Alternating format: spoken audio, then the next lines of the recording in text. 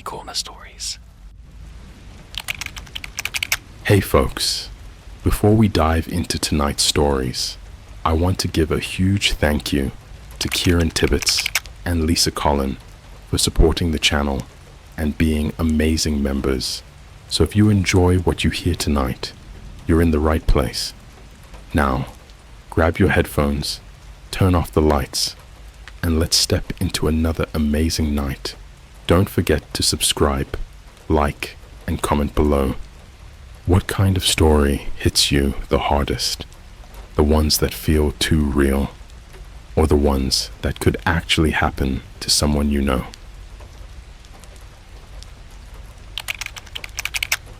I took a dark web security job, guarding an abandoned hospital. They didn't warn me. Something inhuman still lives inside. Yo, what's up, Reddit? I don't even know how to start this, honestly. I've never posted on here before, but I've been lurking on r/no-sleep for a while, and I always thought people just made this stuff up for karma, like spooky bedtime stories for grown-ups, until I got a job offer that literally wasn't from this world.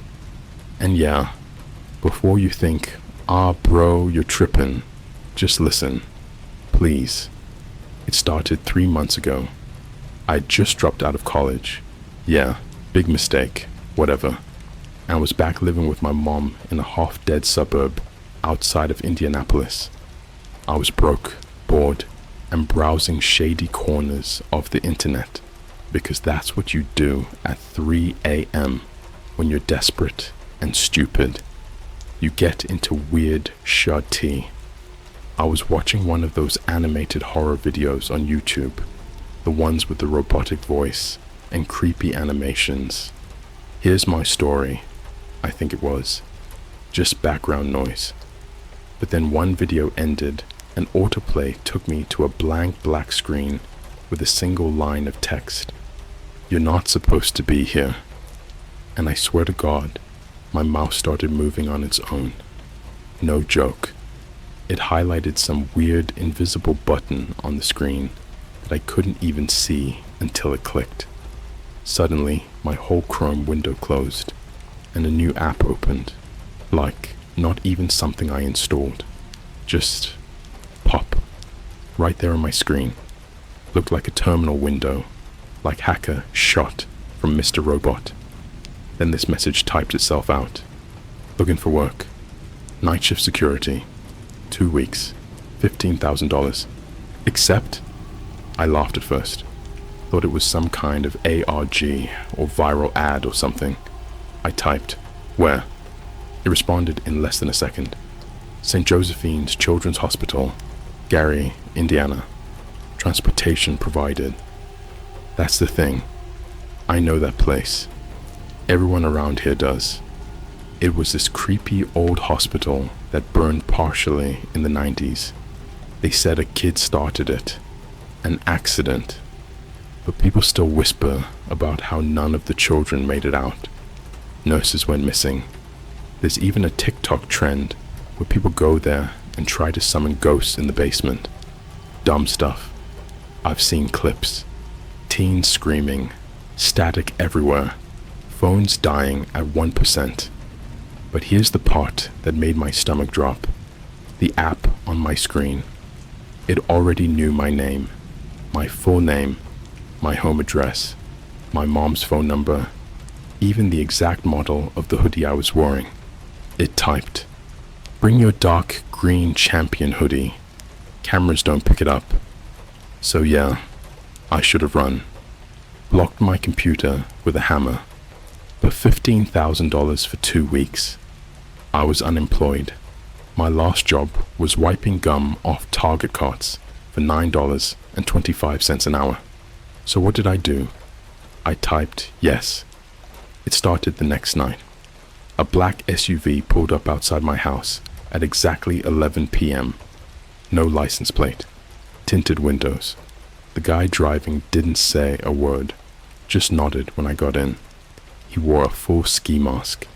I didn't even see his hands on the wheel. I don't remember blinking, but somehow When I looked up again, we were already in Gary. The air stank like rot and burnt plastic. St. Josephine's looked worse than I remembered from TikTok. The building was sagging like it was tired of standing. The letters on the sign had melted. One of the E's looked like it was dripping. There were rusted out hospital beds in the overgrown parking lot. The McDonald's next to it, boarded up.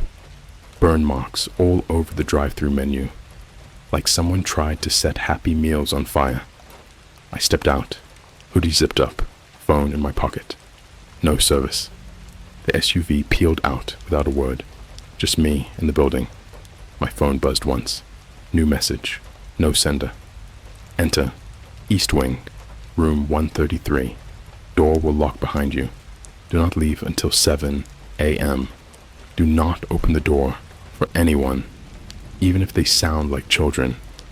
Inside was colder than outside. Like freezing. You could see your breath. I had to walk through a blown-out ER entrance, and everything was pitch black, except for the flickering red exit signs. There was mold on the ceiling, water dripping somewhere. The air smelled sweet, like fake strawberries. I don't know why that was the creepiest part, but it made me feel like I was walking into a dentist's office in hell. I found room 133 down the East Wing hallway. The floor was wet, but there were no puddles, just wet, like the building was sweating. And the walls had these little kid handprints high up near the ceiling, like 6 feet up. Who the hell puts handprints that high? Anyway, room 133 was empty except for a single folding chair, a busted CCTV monitor, and an old iPad on the floor. The door clicked shut behind me as soon as I stepped in. Loud, final. The iPad lit up on its own. Live security feed. 8 cameras, all in black and white, each labeled basement, pediatric, ICU, burn, ward hall, chapel staff, lounge, roof, access, morgue, hallway lobby, and then 1 extra camera, numbered 0, just static, unlabeled. That was my job, apparently. Sit here, watch feeds, report any movement through a text app built into the iPad. I didn't question it. I just sat down and tried to breathe. For the first 2 hours, nothing happened. I started to think the whole thing was an elaborate joke. Maybe I was on a prank show. Maybe YouTube horror had just rotted my brain. Then, at exactly 1:06 a.m., the camera labeled morgue hallway showed a kid, just standing there. Couldn't have been more than 5 years old, wearing one of those little hospital gowns with the giraffes on it. Bald head, no shoes, just staring at the camera. Then the feed glitched, and the next frame, he was 6 inches closer. Then again, closer. His mouth opened like he was screaming, but there was no sound, just static, and the iPad buzzed violently. Message on screen: do not move, do not speak, do not look at camera 0. And right then, camera 0 flicked on. No more static. It was showing room 133, my room, from the ceiling. And in the corner, behind me, something was standing that wasn't me. I didn't turn around at first. I couldn't. The camera showed the room from above, like someone had drilled a hole through the ceiling tiles and shoved a lens through. I saw the back of my head, the cheap folding chair, the flickering monitor, and then the shape. Tall, wrong proportions, long limbs, elbows bending outward like broken branches forced in the wrong direction. Its head tilted toward me, but its face was blurred, like old censored news footage where they pixelate children's identities. And it was breathing, not quiet breathing, the kind that sounds like lungs scraping dry sheet metal. Sharp, wet, too fast, like someone running a marathon in place.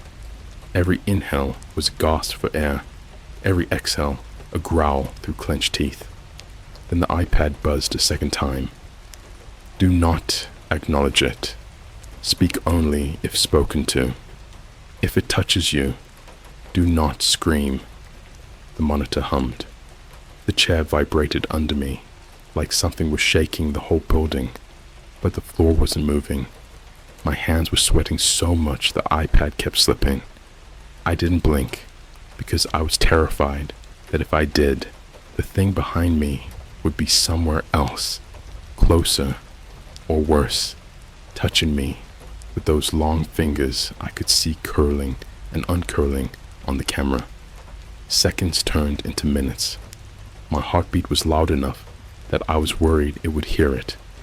The only sound other than that ragged breathing was the slow tap, tap, tap of something wet dripping in the corner. Then it spoke, not with a voice, with the iPad. The text blinked into existence on its own. You came late. Then, that is rude.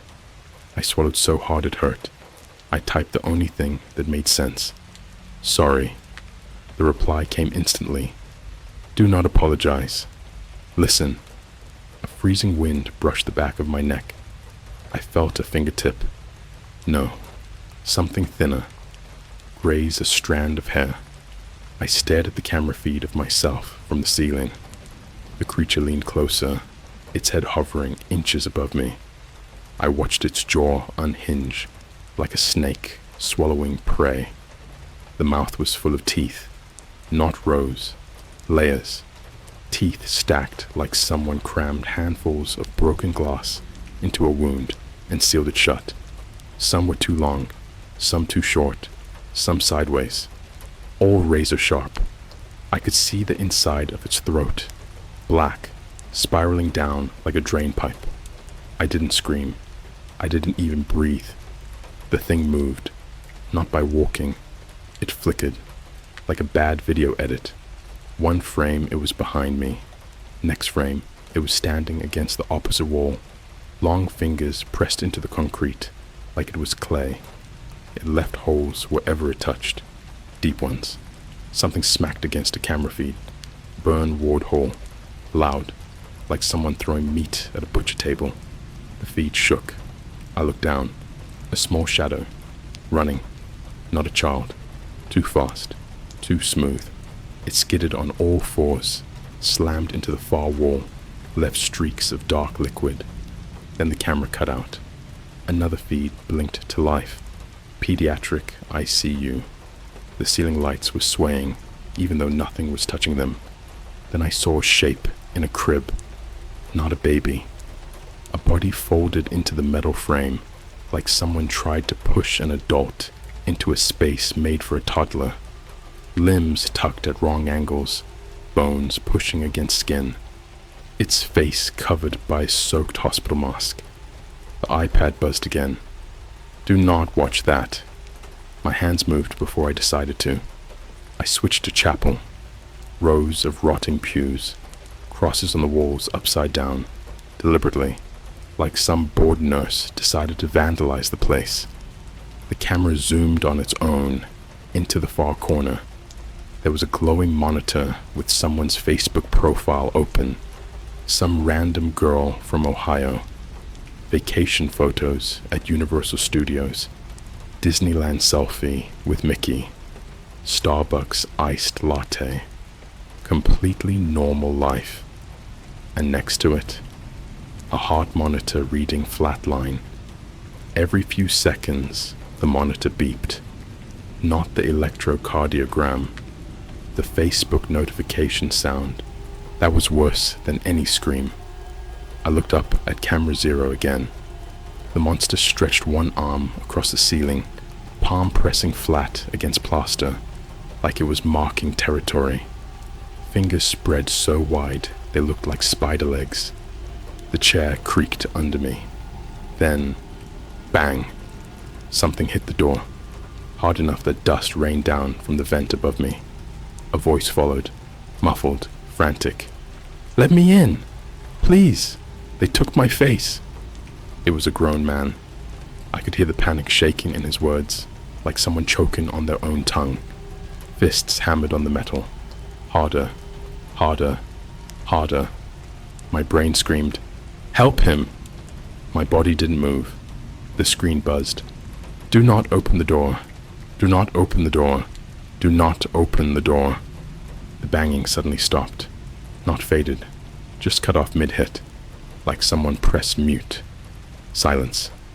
Then the door whispered, not spoke, whispered. A child's voice. "Are you awake?" The thing in the corner hissed. Its head jerked toward the door. Its body shuddered like a starved dog smelling fresh meat. It turned back to me and slowly knelt, joints bending in liquid arcs that made no anatomical sense.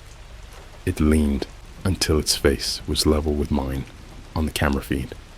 The iPad vibrated so violently I thought it would explode. "Do not answer." The child outside spoke again. "We saw you. We are hungry." Something scratched at the bottom of the door. Nails scraping metal. Dozens of them. Tiny. Fast. Like kindergartners dragging their fingernails across a chalkboard while laughing. The creature behind me laughed too. Not like a person. Like a recording of a laugh played backwards while drowning in static. I shut my eyes. It put its face against mine. I didn't see it. I felt it. The teeth weren't sharp against my skin. They were cold, smooth, like polished bone.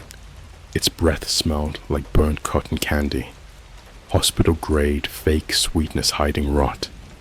Then it whispered in a voice that sounded like 1,000 mouths speaking at once. "You are not here to guard them. You are here to replace them." I opened my eyes again. Camera 0 was filled with dozens of shapes. They weren't all children. Some crawled on the walls. Some hung upside down like bats.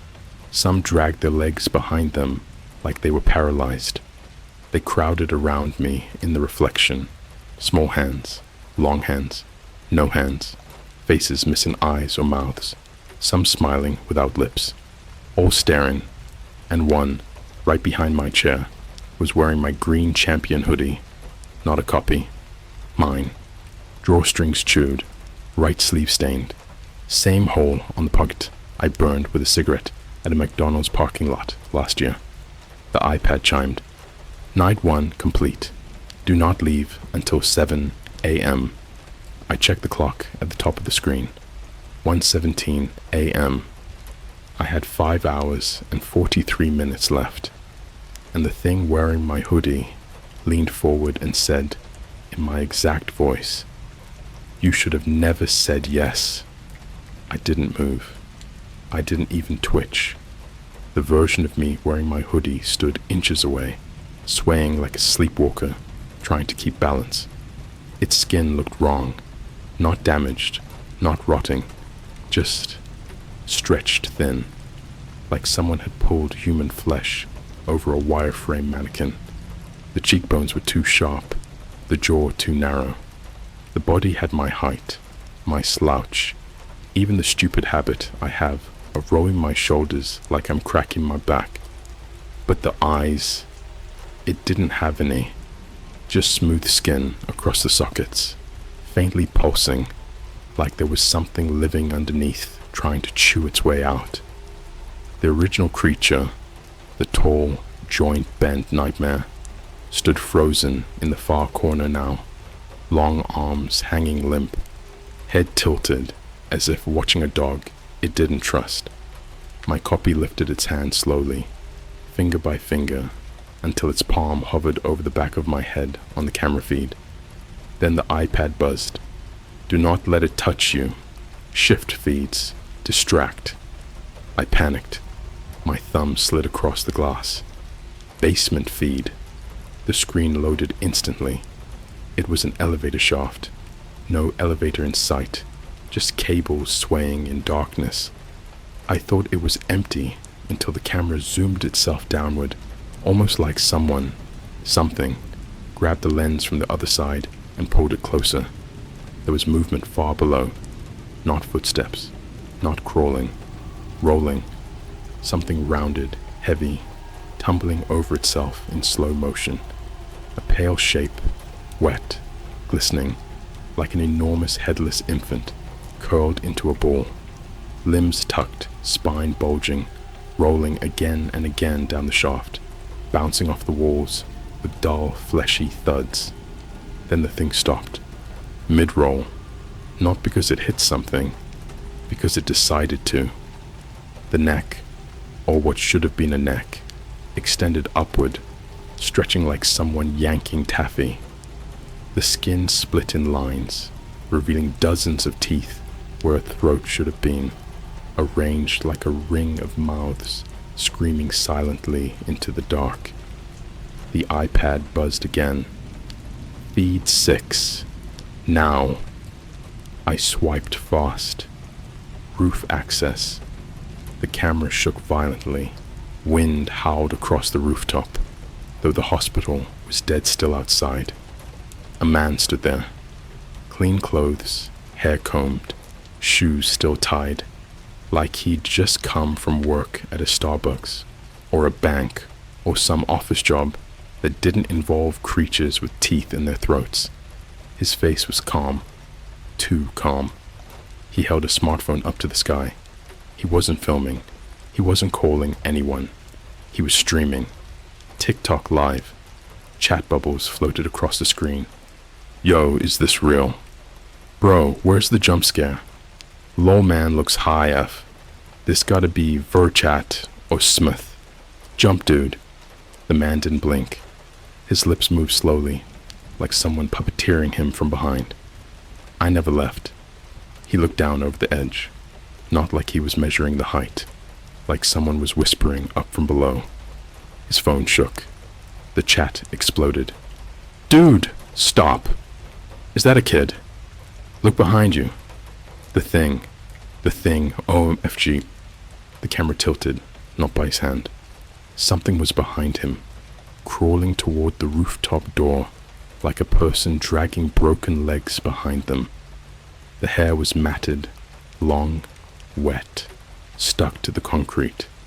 The hands were covered in hospital bracelets, overlapping like someone kept adding new ones every time the patient died. The stream cut. The rooftop man's phone landed on its side with a crack across the lens. His feet lifted off the ground, not from jumping, from being pulled, straight up, out of frame. I could hear the wind in the room, even though all the windows were sealed. The hooded creature tilted its skin-covered face toward the camera.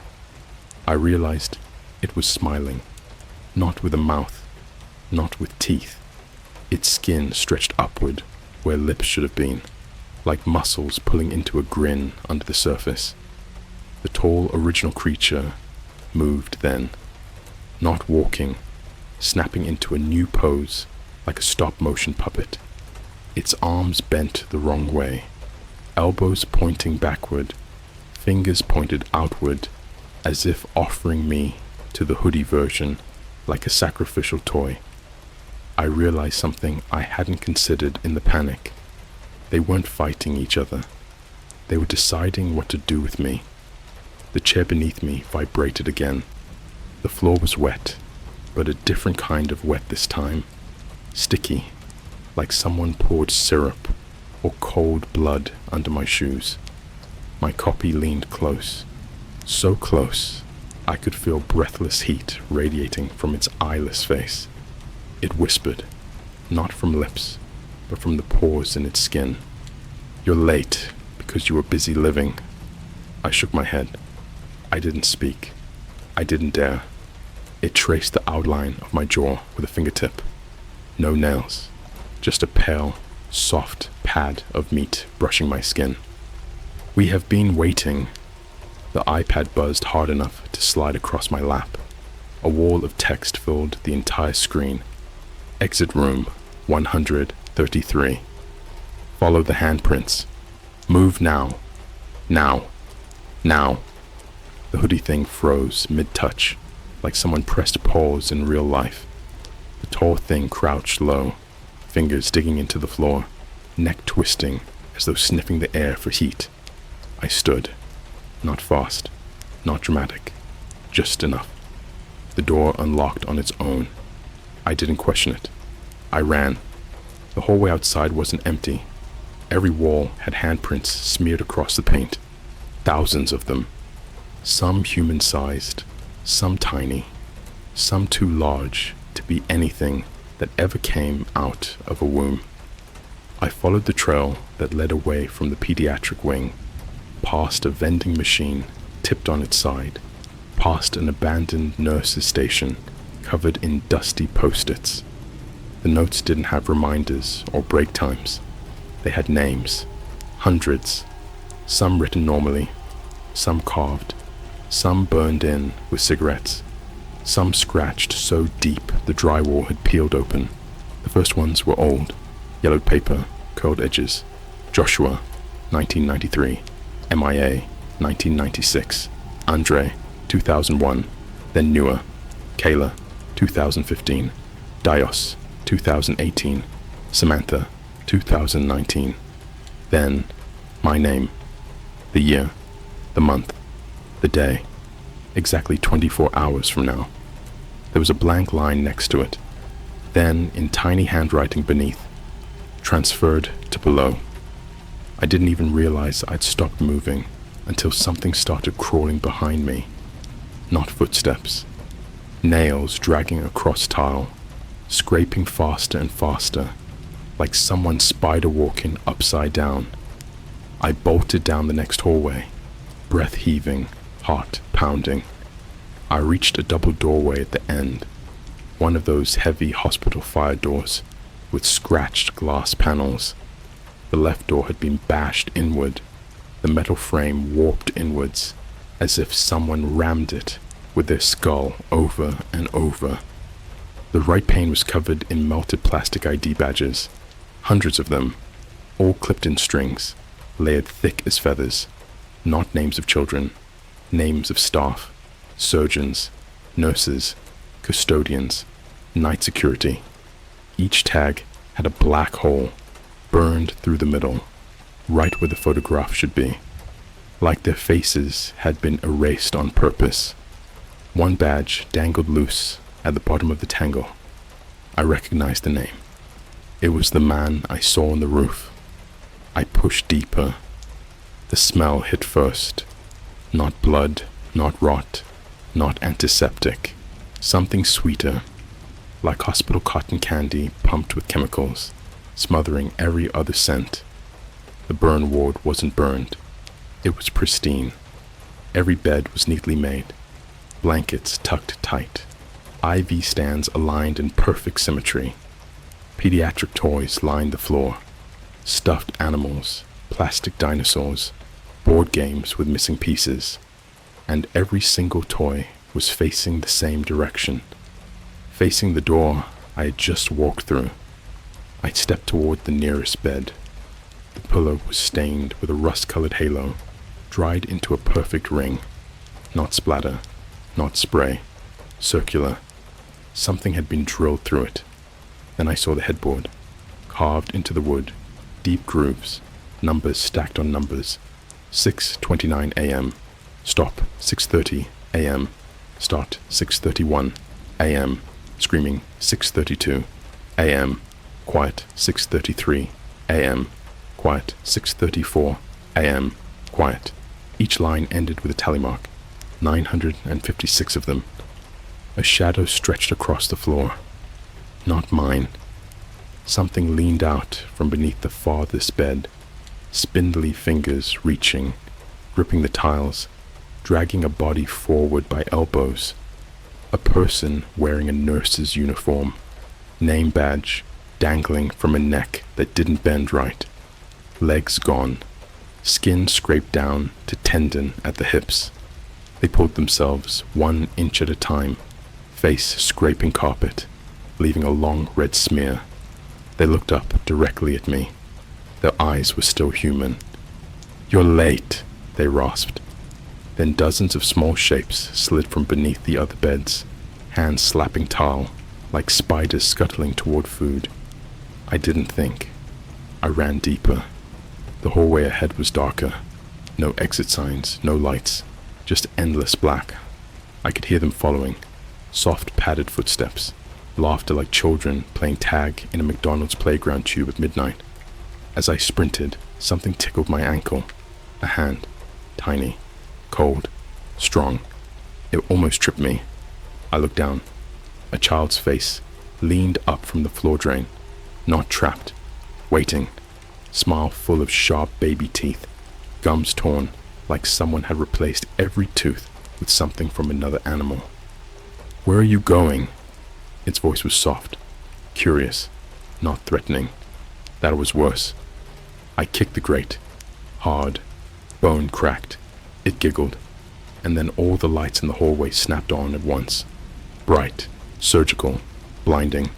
Something stood in the distance, tall, human-sized, wearing a full hospital uniform, gloves pulled over long arms, mask hanging from one ear. Perfect posture. A nurse. Finally, someone alive. I stumbled forward, relief choking me. My voice broke. "Please, help me." The nurse raised her hand to quiet me and gestured calmly toward a lit doorway behind her. I didn't question. I followed. I walked past her and realized too late. Her shoes left no footprints on the wet floor. The nurse didn't speak, didn't gesture again, didn't even blink as I moved past her. She stood perfectly still, posture straight as a mannequin, head tilted towards the dead ceiling lights, like she was memorizing their flicker patterns. I walked into the doorway she'd shown me, expecting a new hallway, maybe a staircase, some staff room where I could barricade myself and cry like a normal human being.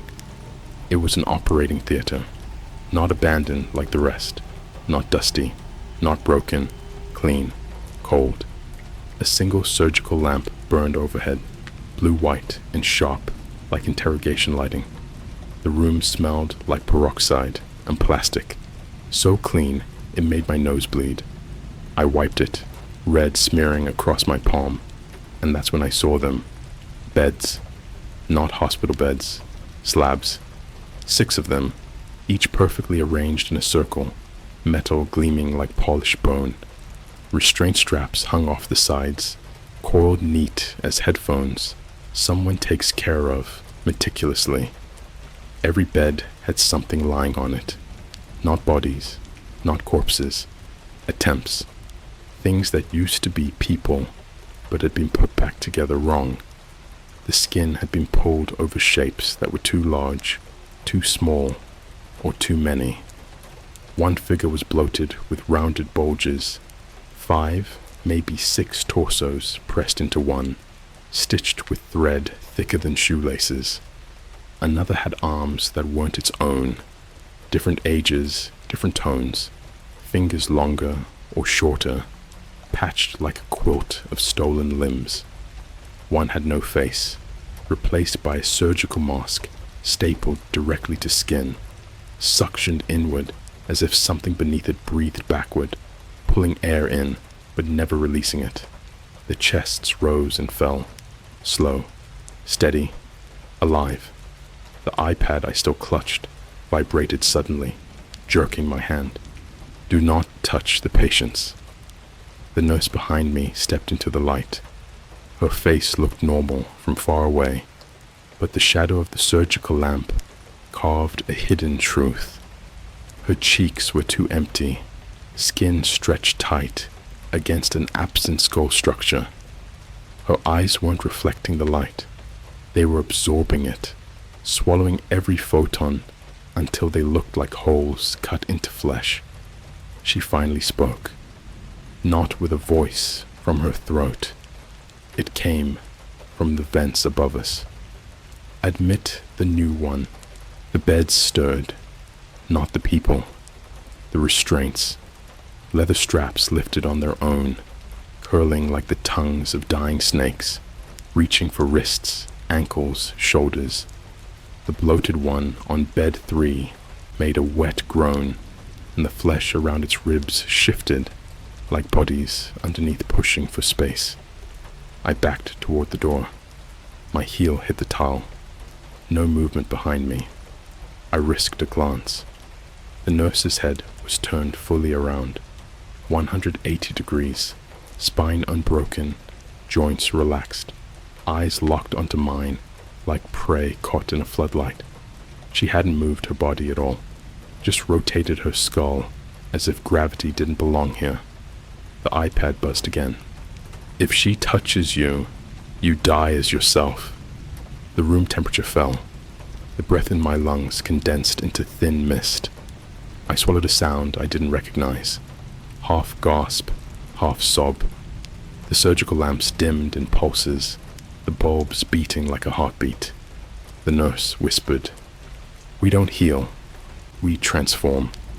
Something scraped under the slab nearest me. I turned slowly. There was a small metal tray beside it, the kind you see in real surgeries where sharp instruments rest in rows. Only these weren't surgical tools. Children's scissors, box cutters, rusty kitchen knives, toys sharpened into weapons. Each was cleaned meticulously. No blood, no rust, just polished edges reflecting the light like rows of tiny stars. A name tag sat beside them. Pantheon Ward. Iteration 74. The name sent a shiver through my spine. I didn't know why. It felt older than the hospital, like it didn't belong to people at all, but to something that named itself. The creatures on the slabs sensed me.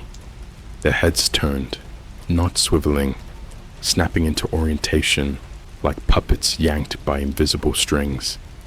I heard joints popping, sutures splitting, flesh tearing under strain. Many didn't have mouths, but their throats still produced sound, wet, airless keening that made my vision pulse.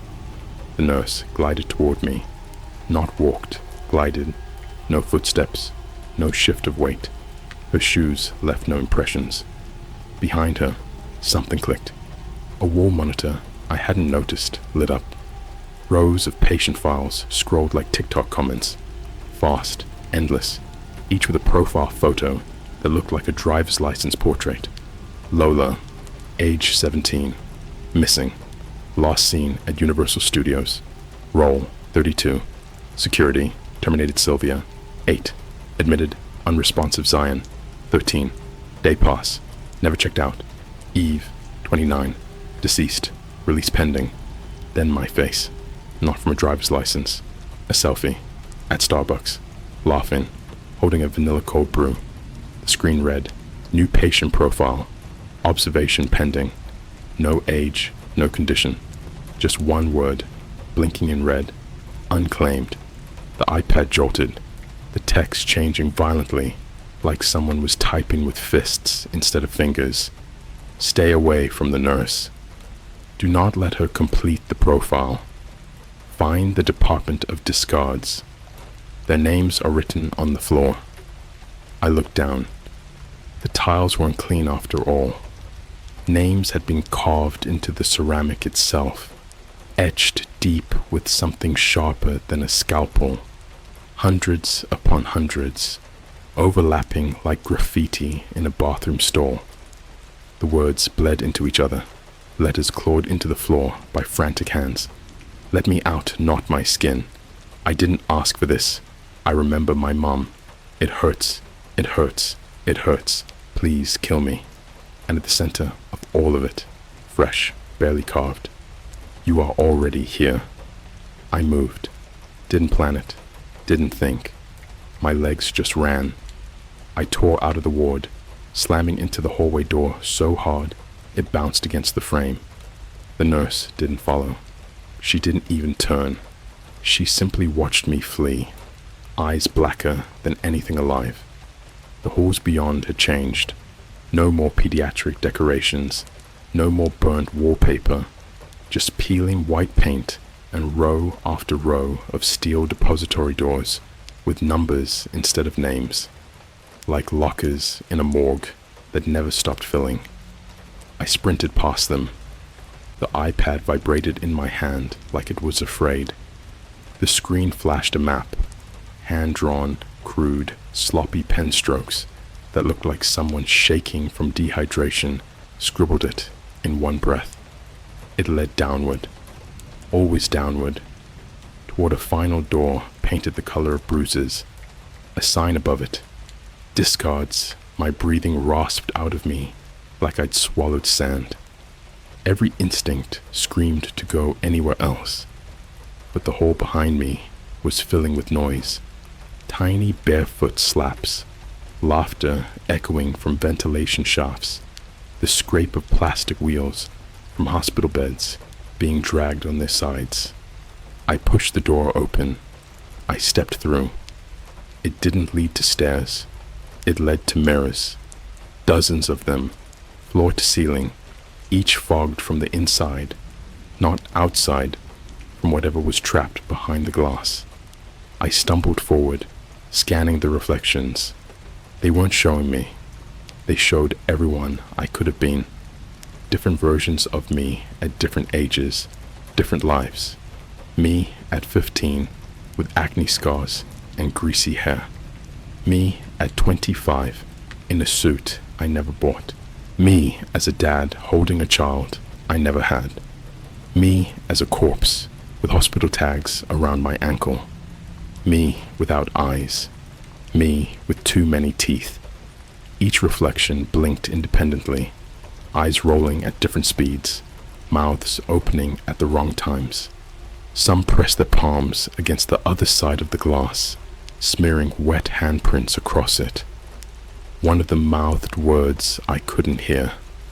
Another slammed into its pane. The glass didn't crack. It swallowed him. The reflection collapsed inward, skin peeling off in long strips, bones pulled through the surface, like thread through cloth, dragged into darkness behind the mirror. The remaining reflections grinned, all of them, even the dead ones. Behind me, the laughter returned, closer, cheerful, excited. Children, dozens of them. Then an adult voice, calm, clinical, reciting like a kindergarten teacher calling attendance.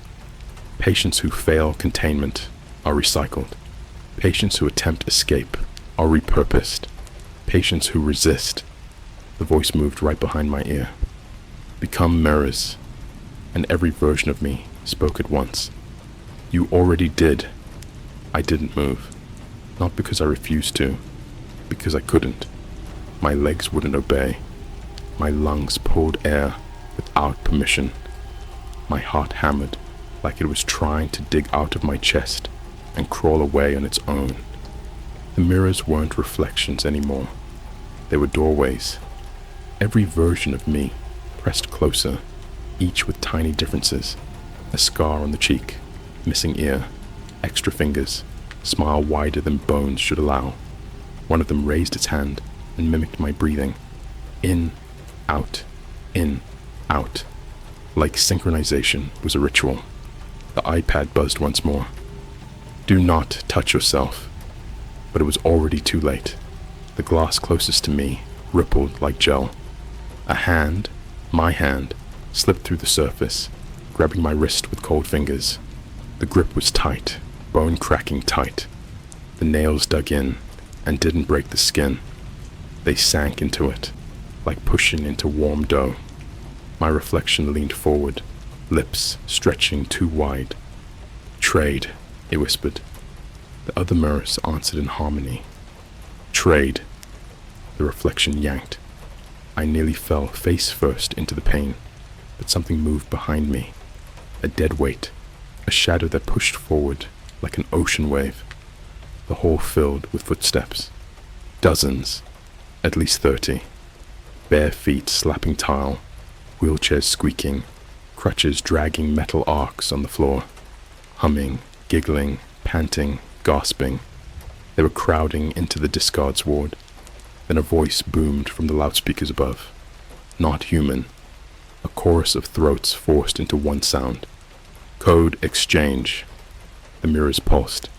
Every version of me started screaming in different tones. baritone, falsetto, childish, animalistic, electronic distortion, gargling liquid. Like every life I never lived, got strangled at once. I tore my wrist out of its grip, skin bending like rubber, then snapping back. I stumbled backward, heel cracking a towel. Behind me, the first child appeared. Not the ones from the handprints. Older, teenager height, hospital gown dragging, IV needle still jammed in their forearm, hose sucking fluid back into the bag like reverse biology. They stared at me through hollow sockets. No blood, just empty holes full of a fog that moved like steam. Their teeth clenched. "Leave," they croaked. I blinked. They weren't talking to me. They were talking to the mirrors. The copy snarled, pounding on the glass. The child's body jerked like a puppet having its strings reattached. Veins bulged across their arms, twisting under the skin like worms trying to escape. Then they screamed. It wasn't pain. It was hunger. Almost every mirror shattered at once. Glass didn't break outward. It folded inward, like something sucking reality into a drain. Fragments spun like metal confetti, and every shard reflected a version of me, dying in ways I couldn't comprehend, choking on invisible hands, burning under hospital lights, bending backwards until the spine split, smiling while my ribs were peeled off like petals, and worst, one version sitting in room 133, calmly waiting, arms folded, eyes closed, smiling, because he knew the ending.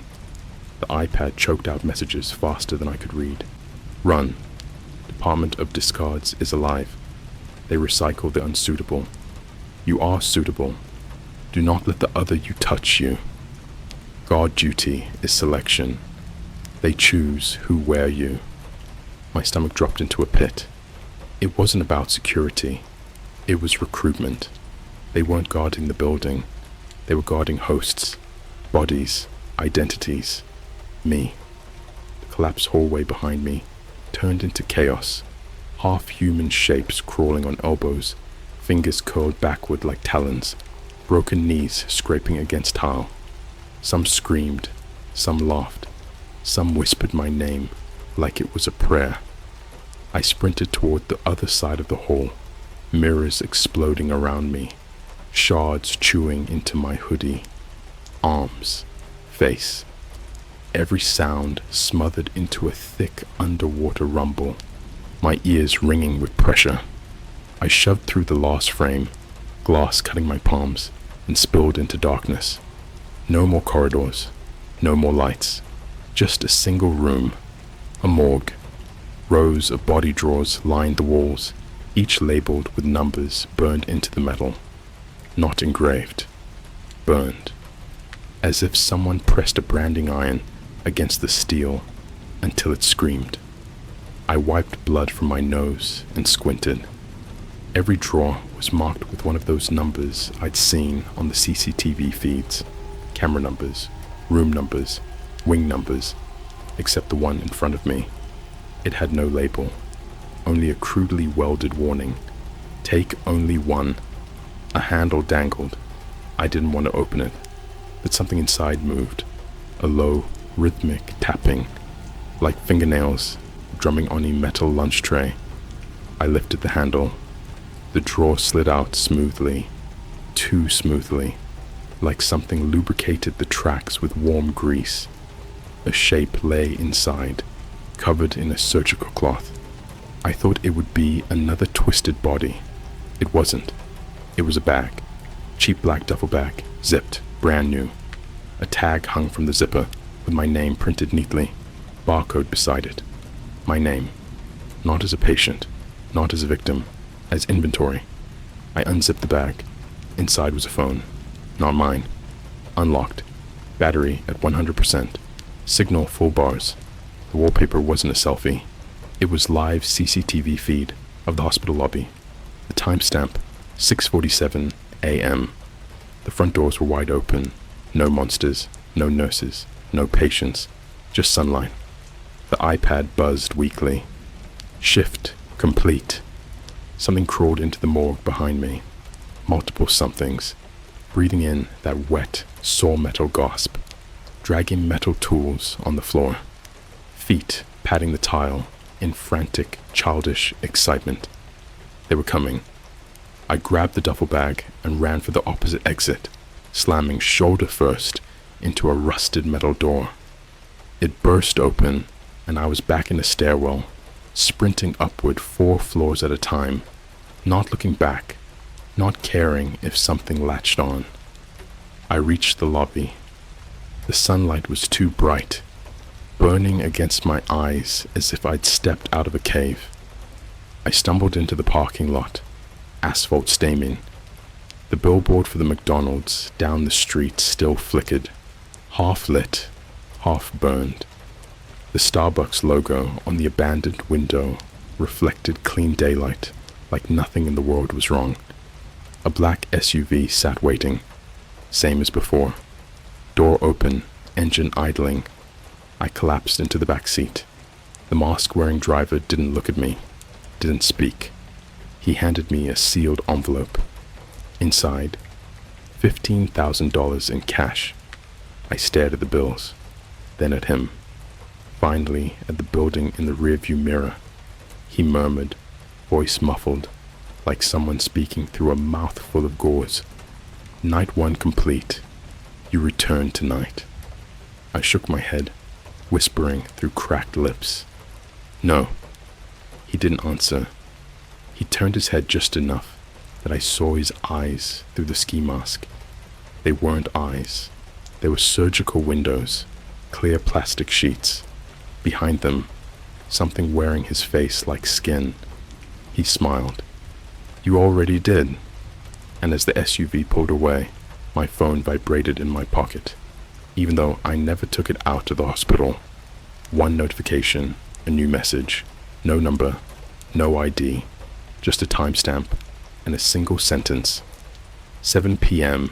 Your replacement has been chosen. The screen lit again. A front-facing camera. Recording. It showed me. Except I wasn't holding the phone. I wasn't wearing my green champion hoodie. And behind me, something taller than the building was leaning down, one broken hand already resting gently on the back of my neck.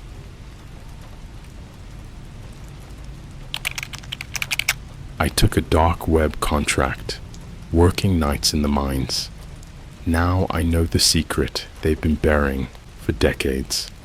Okay, so before I get into this, let me just say, I'm not the kind of person who usually shares personal stuff online. I'm not trying to go viral. I'm not some TikTok wannabe telling ghost stories for clout. But this isn't a ghost story. It's something real, something that happened, and I don't know how much time I have left before they find me again. This all started in October of last year. I'd just gotten laid off from my warehouse job. Amazon, of course, because why not? And I was desperate for money. Rent in Denver was bleeding me dry, and I had about $217 in my checking account and 0 prospects. One night, around 2:40 a.m., I was scrolling through r/work reform, just doom scrolling like I always do, when I saw a comment under a post about weird gig jobs. The guy had posted a screenshot of some creepy Craigslist ad offering discreet night work with excellent compensation and no questions asked. And someone replied underneath with just, if you're really desperate, check out Veil Shift. But be careful, it's not on the surface net. I clicked the username and they'd already deleted their account. Curious, and honestly, kind of hoping it was some Silk Road clone selling knockoff Jordans. I went down the rabbit hole, downloaded Tor, fired up my VPN, did everything YouTube tutorials tell you to do, but never really prepare you for, and I eventually landed on this dark web forum called the Hollow Grid. The aesthetic was like some weird mix between MySpace 2007 and a bootleg version of Discord. Dark mode, flashing icons, and usernames like Deathheim88 and Void Liquor. Buried in a thread titled Night Shift Mines Still Hiring was a message that changed everything. Shifts available in remote locations. Must be comfortable underground, alone, and silent. Non-disclosure enforced. Payment 0.05 BTC per hour plus tips. Now before you say, dude, how dumb are you? Look, 0.05 BTC at that time was like $1,800 per hour. Even if it was some troll, it felt like destiny knocking. I clicked the link. It opened to a black screen with a single line of text. We know you're ready. Then a form appeared, asking for the usual. Name, age, location. But also weird stuff like, do you have a history of sleepwalking? Can you remain completely silent for 6+ hours? Are you allergic to copper? Have you ever witnessed a death? And at the end, we prefer candidates with no living family members. My stomach dropped, but I still hit submit. An hour later, I got an email. No subject line, no sender, just a PDF titled orientation_01. It had a date and location. Black Hollow Quarry, November 3rd, midnight, no cell phones. The place was real. I googled it. Some abandoned mine up in Wyoming, 2 hours from Casper. There were Reddit threads about it too. Mostly ghost hunting types, claiming they heard breathing sounds deep in the mine or saw red lights moving in the dark. Nothing confirmed, just whispers, urban legend type stuff. I drove there anyway. Before I left, I told my friend Sam I was heading to Seattle to visit my cousin, and if I didn't text him by Monday, he should call the cops. He laughed and said, "Bro, what is this? A horror movie?" I wish I could say he was wrong. The mine was out in the middle of nowhere, past a McDonald's that looked like it hadn't had power in years, through a tiny ghost town called Russell Bend that's not even on Google Maps. No streetlights, just pine trees and fog, and this dead silence that made your brain itch. When I pulled up, there were 2 other cars. One was a black Escalade with tinted windows. The other was a beat-up Toyota with out-of-state plates. A guy in full black tactical gear waved me over. No patch or insignia, just a radio on his chest and a weird copper medallion around his neck. He didn't say anything, just handed me a locker key and pointed to a trailer lit by one flickering red bulb. Inside, the air smelled like metal and burnt hair. There were 5 of us. Me, a girl in a Starbucks barista jacket named Quinn, a guy who looked like he used to do MMA before heroin got him, some Eastern European guy who didn't talk, and this older dude with sunglasses on. Inside, at night, a TV in the corner flicked on with a loud bzzzt. A pixelated figure appeared, voice distorted like one of those anonymous YouTube threats. "Welcome to Site Theta. You've accepted the terms. You've signed by action. Any deviation from protocol will result in immediate contract voiding. Payment is released via crypto at sunrise. You will be monitored." The screen glitched, then cut to a grainy black and white map of the mine. One corridor was highlighted red. No personnel are to enter Zone 9B, even if called. Then it cut to black. They gave us helmets with mounted lights, walkie-talkies that only received, and assigned us each a tunnel to patrol.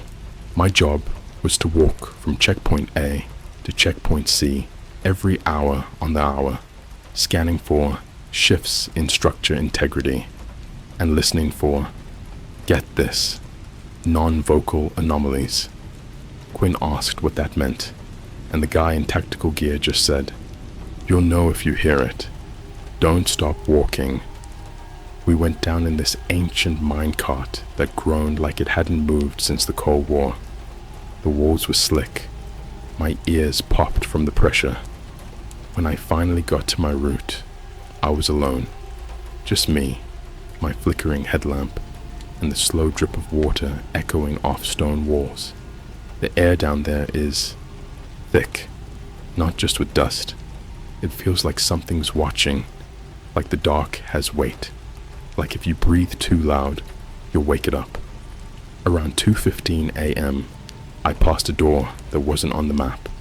Metal, rusted, marked with a symbol like an eye with a vertical line through it. And from behind it, I swear to God, I heard someone whisper my name. That's when I should have turned around. That's when I should have quit. But I kept going, and that was the first mistake. I didn't sleep the day after the first shift. I don't know if it was the adrenaline or the dust still in my lungs, but lying there in the cheap motel bed felt like I was sinking underground again. Every car that passed outside made me think headlights were shining down a tunnel. The worst part? I could still hear the whisper from behind that metal door. Not just the sound of it, the shape of it. Thin, wet, like someone speaking through a mouthful of blood. I wasn't scared then. That would come later. Back then, I chalked it up to echo, to my mind playing tricks in the dark. Underground acoustics mess with you. Everyone knows that. And besides, Bitcoin payments hit my wallet the next morning. A little over $7,000 for one night of walking in circles, and a note in the wallet memo line. Compensation. Do not discuss. Not thank you. Not approved. Just a warning disguised as a receipt. I went back without hesitation. There were only 4 of us on the second night. The older guy in the sunglasses was gone. His locker was empty when we arrived, except for a smear of dried mud on the inside door and a scrap of paper stuffed into the hinges. It was torn in half, but I could still read a few words. Don't stop moving, or they notice. Eyes in the vents. When I looked up to see if anyone else saw it, the Eastern European guy was staring right at me. Not at the note, at me. His pupils were huge, swelling up the green in his irises. For a second, his lips twitched, like he was going to say something. Then he just went back to lacing his boots. His hands shook the whole time. Bad shake, like withdrawals. None of the staff mentioned the missing worker. No attendance check. No roll call. It was like he never existed. We descended again. The minecart was smoother that night. Too smooth, like someone had oiled the tracks. The ride was silent, except for Quinn humming some tune under her breath. A kid's show song? Something about a blue cartoon dog. She hummed it over and over, like she didn't notice she was doing it. When we reached the bottom, the radios crackled. Route assignments have changed. R6 patrol will proceed to Zone 9B. R6 will not deviate. I was R6. No map, no warning, no explanation. I thought it had to be a mistake, and for a moment I actually considered protesting, but the guy in tactical gear was already watching me. Not standing. Watching. Hands folded behind his back, like some school headmaster waiting for a child to disobey. I nodded and started walking. Zone 9. B wasn't a tunnel like the others. There was a narrow passage that ran straight for maybe 50 feet. Then the mine opened into a chamber so wide my headlamp couldn't touch the walls. The floor was uneven stone, but polished in weird ways, like something large had dragged itself across it, repeatedly. There were grooves cut into the rock, unnaturally smooth and curved, too wide to be made by pickaxes or machinery. The air tasted different, almost metallic, but sweet, like copper and sugar at the same time, heavy enough to sit on your tongue. No voices this time, no whispers, just breathing, slow rhythmic breaths, a sound like someone inhaling through a cracked ribcage. I didn't run. I just kept walking because I remembered the message on that torn paper. Don't stop moving. Every step felt like I was sinking deeper into something alive. My boots made no sound, not echo, not crunch, nothing. And then I hit the first marker. A wooden stake jammed into the stone floor, painted red at the top. Next to it, a plastic fold-out chair, like something a security guard might sit in while watching a storefront at night, except the chair wasn't empty. There were scratches on the backrest, not carved with a tool, but clawed, deep gouges shredding the plastic as if someone had dug their nails in and held on until they broke. There was dried blood under the seat, fresh blood beside it, dark red, not fully dried, glossy in the headlamp glow. The smell clung to the back of my sinuses. I pressed the call button on the walkie. It didn't work. It wasn't even broken. It was like the button wasn't real. No click, no static, like my thumb was pressing on memory foam.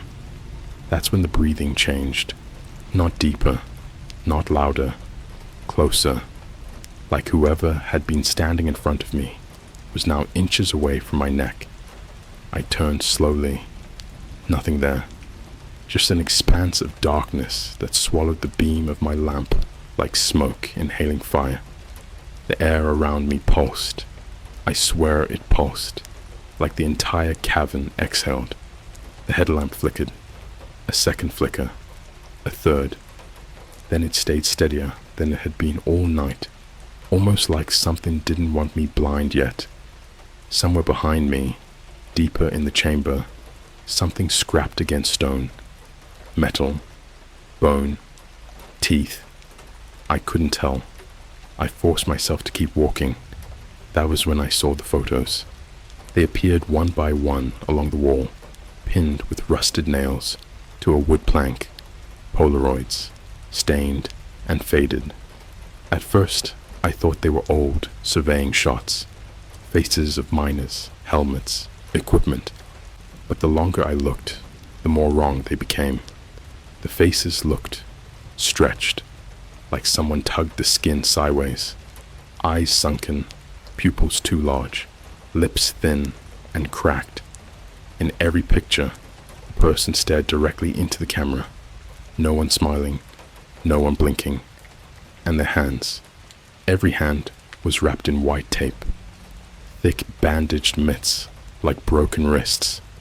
Halfway down the plank, there was a picture of the older guy from our first night shift, still wearing sunglasses, but his jaw was twisted at a 90-degree angle, like someone had tried to wring his head off, like a towel. Underneath it, Site Theta, 1989. Discard.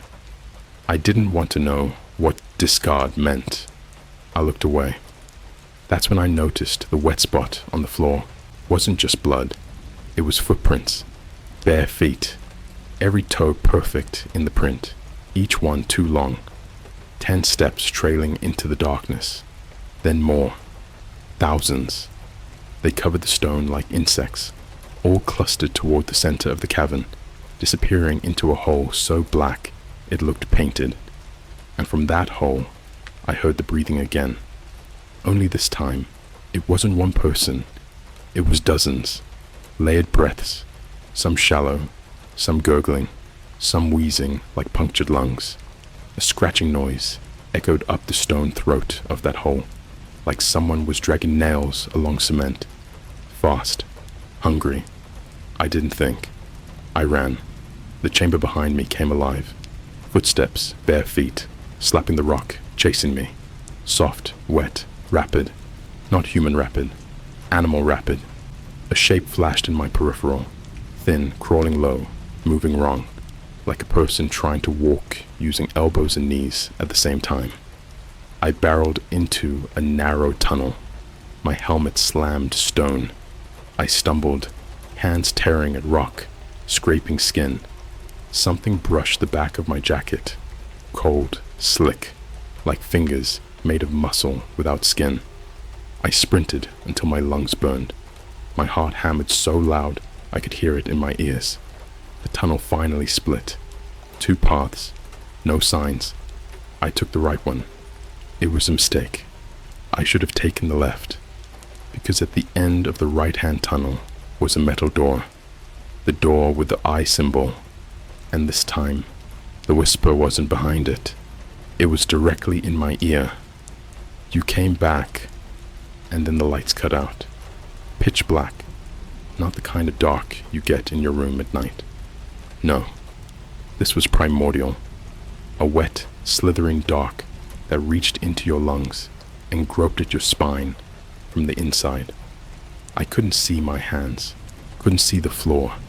Hell, I wasn't even sure my eyes were still open. I blinked over and over, but it made no difference. The darkness didn't just exist, it watched. My fingers were pressed against the metal door. I could feel it vibrating, like something behind it was humming. Not a song, not a machine. A living hum, organic, like a body cavity amplifying a sound that shouldn't exist in this world. Then the lock clicked. Once, twice, clack, clack. Each one like a hammer strike in my jaw. Something had unlocked it from the inside, and I should have turned and ran until my knees snapped in half. But something about the door, it wanted me. It pulled, not physically. It spoke in that way you can feel under your fingernails, under your teeth, like a migraine behind your eyes. So I opened it. The smell hit me first. If rot had a voice, if it screamed through bone marrow and curdled brain fluid, that's what it would smell like. Not just death, betrayal. Like the air itself was mourning what had been left inside. I stepped in. The room was round, perfectly, like carved by something that didn't need tools. The walls were covered in mirrors, old ones, ornate gold frames, crusted with black soot and handprints, but none of them showed me. No reflection, just movement. Subtle, wrong. Each mirror showed something different. A mine tunnel I hadn't walked. A hallway flickering with light bulbs. A hospital room with flickering monitors and no patients. A stairwell filled with bags, plastic, black, pulsing slightly. One mirror showed the trailer from above, where we were all briefed, but in the reflection, we weren't alone. Someone stood behind the staff, arms too long, skin pale like stretched paper. Its face was smooth, like a mask molded from someone else's skin. In the center of the room, a metal slab. Strapped to it was Quinn, at least what was left of her. Her body had been opened from neck to pelvis, not cut, peeled, like a banana. Every muscle neatly parted, ribs retracted with copper braces. Her heart still beat, barely, but her eyes were wide open and her lips had been stitched into a smile. Actual thread, fishing line, pink and glistening in the light that came from nowhere. She looked at me. Her pupils were gone, just 2 black marbles, reflecting me even though the mirrors didn't. I tried to move, but my legs betrayed me. The room whispered, "Stay, stay, stay." Not one voice. A choir of Quins, all smiling, all flayed, all echoing from inside the mirrors. She gurgled. Something came out of her mouth. Not words, but a recording. A sound like a voicemail being played backward, distorted and glitching. Then, somehow, perfectly. You weren't supposed to come back. They let you in, because you're like them now. I took a step back. The slab twitched. Not her. It. The metal bent under her weight, like something under the floor was pressing upward. Then the walls began to breathe. The mirrors fogged from the inside. Each one began to pulse like a heartbeat. In their reflections, shapes moved toward me, crawling. In every mirror, from every angle, things that looked like people, but wrong. Backwards limbs, faces twisted like cloth wrung dry, teeth on the outside of the cheeks, and worst of all, they were wearing our uniforms. I saw my own boots, my own helmet, on something that had no skin on its jaw and 6 fingers on each hand. It raised a hand and tapped the mirror. Tap, tap, tap. On the 3rd tap, it wasn't in the reflection anymore. It was standing behind me. I turned too slow. I felt it before I saw it. The heat of breath on my neck. No warmth, just wet. Its voice wasn't a sound. It was a sensation. Nails down my spine. Ants in my molars. You opened the door. Now you'll never close it. I ran. I ran like I was 12 again, and something in the basement turned the light off. I didn't think. I just lunged through the dark, down the tunnel, scraping the wall for direction. I didn't care where I was going, just away. But the mine had changed. The tunnel twisted. Corridors that hadn't existed on the map stretched out like intestines, looping in on themselves. Floors wet and warm, like skin. I slipped, landed hard, face in something sticky. When I got up, I realized what I'd landed on. A face. Dozens of them. Skin peeled from heads, flattened and pinned to the tunnel walls like posters. Eyes still in the sockets, some blinking, slowly. Mouths sewn shut or pried open and filled with rocks. Above them, scrawled in tar or blood, hard to tell, were the words. They were no longer necessary. I screamed. First time I did, all night. And something answered, far ahead. Something big, slithering. The tunnel shook. From the shadows came the sound of bones grinding, like a dozen people crawling over each other. Not just arms and legs. Something else. Mechanical. Industrial. A squeal of old gears. And then something stepped into view. I'll never forget what it looked like. It had a body made of flesh, but moved like a puppet. Its arms ended in mining tools, rusted drills and saws and pincers. Its face was half a man's, stitched to metal, lipless, eyes gouged. Every time it took a step, it dragged something behind it. A sack, a human-sized sack, moving, sobbing. I turned, but the tunnel behind me was gone. Wall, solid, sealed with what looked like teeth. I had no choice.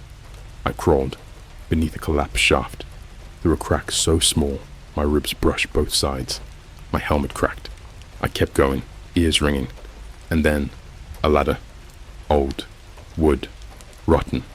I climbed. Every rung I touched let out a moan. Not wood, bone. When I emerged, I was back in the trailer. But something was off. The lights flickered. The radio buzzed. No one else was there. Just a pile of uniforms on the floor. 4 of them. Each one folded neatly. Boots placed precisely at the bottom. On top, their walkies, all set to channel 9B. And one final thing. A piece of paper, handwritten. Welcome, R6. You're ready for management. The door opened behind me, but no one walked in. Just a shadow. Tall, wearing my face. I didn't sleep that night. Not a blink. The trailer's overhead light buzzed like a mosquito trapped in glass, and I sat there on the floor staring at the uniforms. 4 sets, 4 pairs of boots, 4 radios, waiting to hear someone laugh and tell me this was a messed up initiation ritual. Part of the job. Some underground hazing thing. A prank. Nothing. Just that crackling radio static. Soft, repetitive, like breath being swallowed and spit back out. Eventually, curiosity burned through my fear, and I lifted the walkie to my ear. Channel 9. B. I pressed the volume wheel up one click. The air stopped moving. A voice crawled out, dry, metallic, like a throat full of sand. Replace them. Not an order, not a suggestion. A fact, a schedule, a reminder. The room was ice cold, but sweat rolled down my spine in slow drops, each one crawling like fingers. I left the trailer. Outside the mine entrance, the wind carried grit across the parking lot, whispering against the car doors like someone dragging fingernails over metal. The sky had that weird dark blue color you only see between 3 and 4 a.m. Too late to be night, too early to be morning. The black Escalade was still there, lights off, no driver. Its door was slightly open. I don't know why I walked toward it. Instinct? Stupidity? The way you look at a dead animal on the highway, even though you know you shouldn't. Inside, the smell of cologne and old paper. Leather seats, spotless, except for the back row.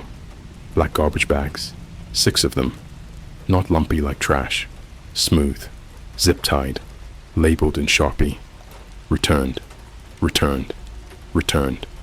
One bag read, "To Caverns, do not detain." Right next to it, something caught my eye. Half under the seat, a phone, cracked screen, bloodstain on the back, still unlocked. Instagram open. I recognized the profile picture, Quinn's. It was her cat in a Santa hat. Her last story was posted 2 days before our first shift. Boomerang clip at Starbucks, sound muted, captions overlaid. If this job call is real, I'll finally be able to move out. LOL, wish me luck. Underneath, every comment was, have fun, and GL bro, and just another scam. No one knew she was probably already inside the mine when she posted it. No one would ever know. The Eastern European guy appeared behind me. I didn't hear him walk. He was just there. His cheeks were sunken, lips cracked so badly they looked like dry riverbeds. He stared at the Escalade's bags with this resignation. Not fear, not shock, recognition. He touched one of the plastic seams, slowly tracing it, like a parent brushing a child's cheek. I asked him if he saw Quinn. He didn't blink. They take what speaks. They keep what listens. He pointed to the bags. These do not listen anymore. I couldn't answer, my throat filled with needles. He leaned close and whispered something I wish I'd never heard. We're not workers. We are their ears. They called us back down the shaft just before dawn. The third shift. No briefing this time. No maps. The person with tactical gear wasn't even there. Just the minecart humming, engine vibrating like it was excited to descend. I sat across from the Eastern European guy. He held something in his hand. A copper coin, but thicker, tarnished green, stamped with the same vertical-eyed sigil from the forbidden door. He rubbed it between thumb and forefinger, whispering under his breath. Not a prayer, more like a pact. The cart began to descend. The tunnel lights flickered overhead, but every flicker seemed like a longer pause, like the darkness was learning to stay a little longer every time. The smell changed too. Not dust, not mineral. Hospitals, old ones, rotting gauze, rusted IV poles, forgotten morgue drawers. The radio clicked. R6, Section 9. Not Zone 9B, just Section 9. Like I'd graduated, like I'd been promoted. The Eastern European guy didn't look at me, but he squeezed my wrist once as I stood.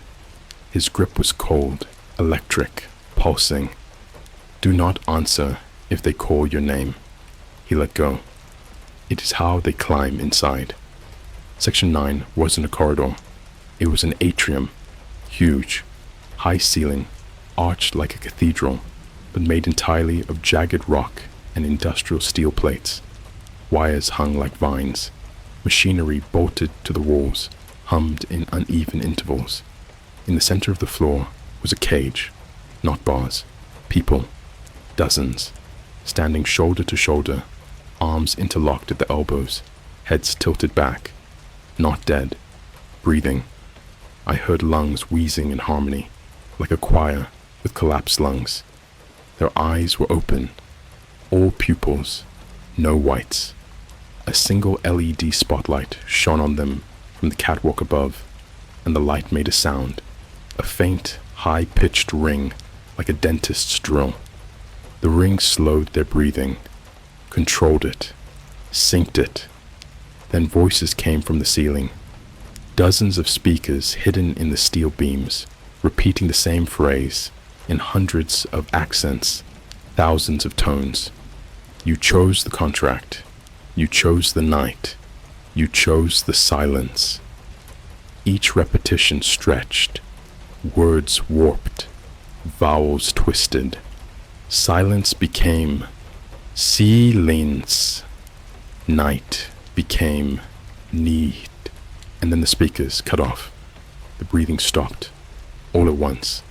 No exhale, no gasp, just immediate, absolute stillness. I looked into the cage. All of them, every person, slowly turned their heads toward me in perfect unison, not like people, like mannequins on strings. And every throat made the same sound at the same moment. R6. My body folded, not like fainting, like someone snapped a cable in my spine.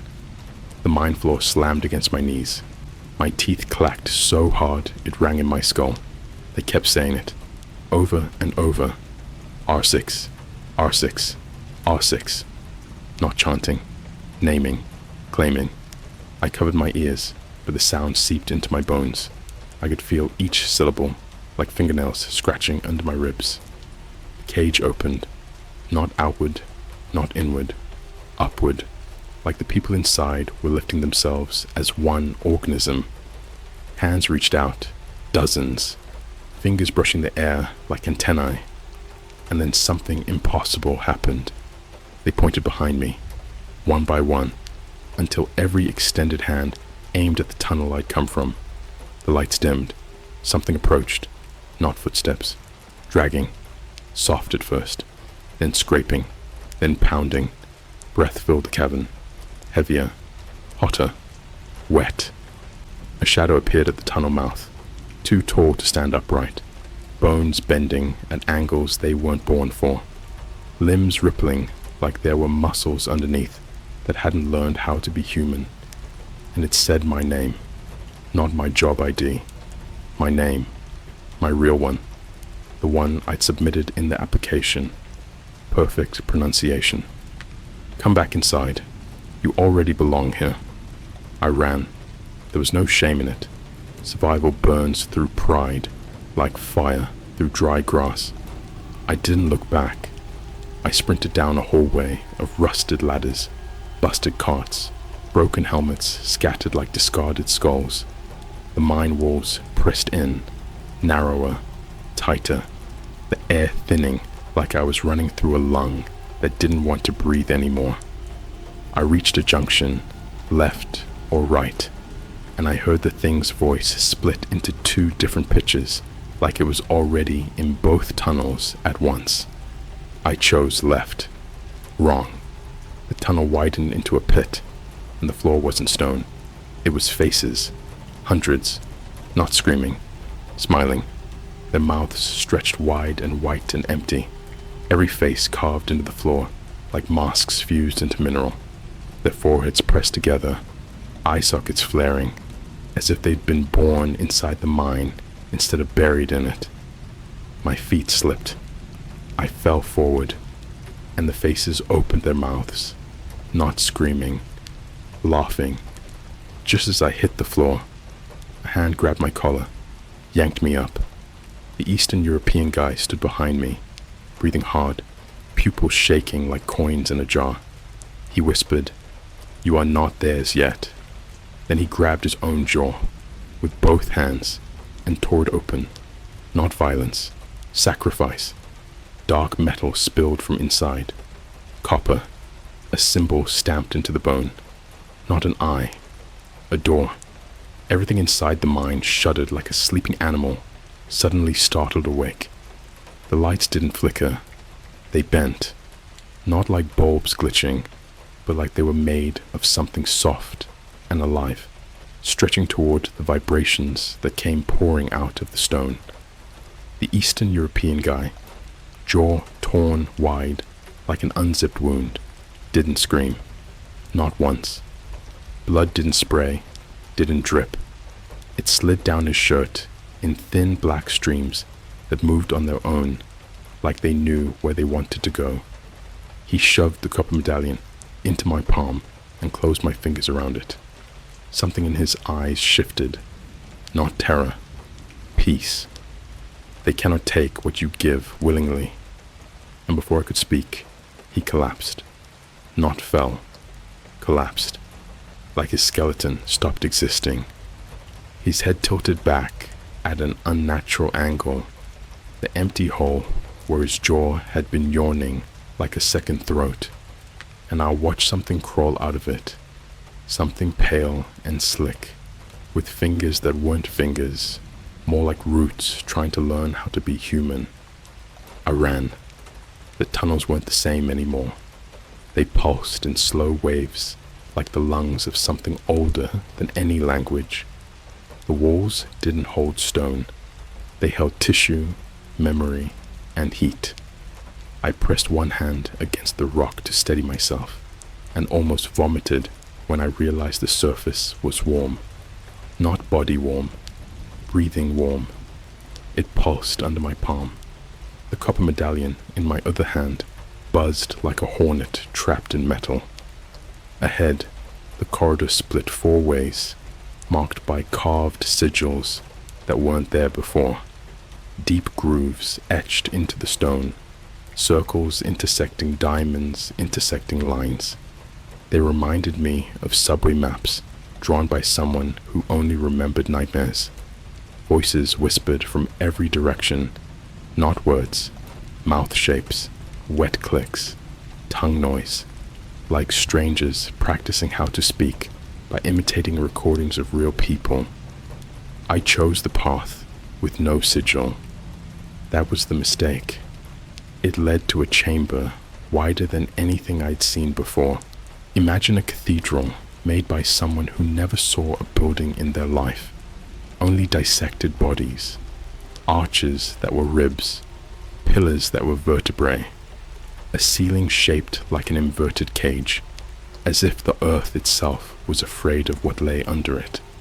And in the center of the chamber, a pool, not water, black fluid, reflecting no light, surface smooth as glass. The smell was strange, sweet and metallic, like someone boiled coins and marrow together. Something floated in it, not a body, not a person, a costume, our uniforms, floating like shed snakeskin, sleeves spread in a silent crucifix shape. I saw my helmet among them, the one from orientation, the one I wore the first night. The lamp still worked, flickering underwater like a drowned eye trying to stay open. I reached toward it. The moment my hand crossed the surface, tension, the pool grabbed me. It wasn't liquid. It was mouths, dozens of them, forming a surface, biting into my wrist with soft suction, not tearing, drinking. Tiny teeth in perfect rings, like lamprey mouths, tightening, pulling, tugging me down. The copper medallion screamed in my hand.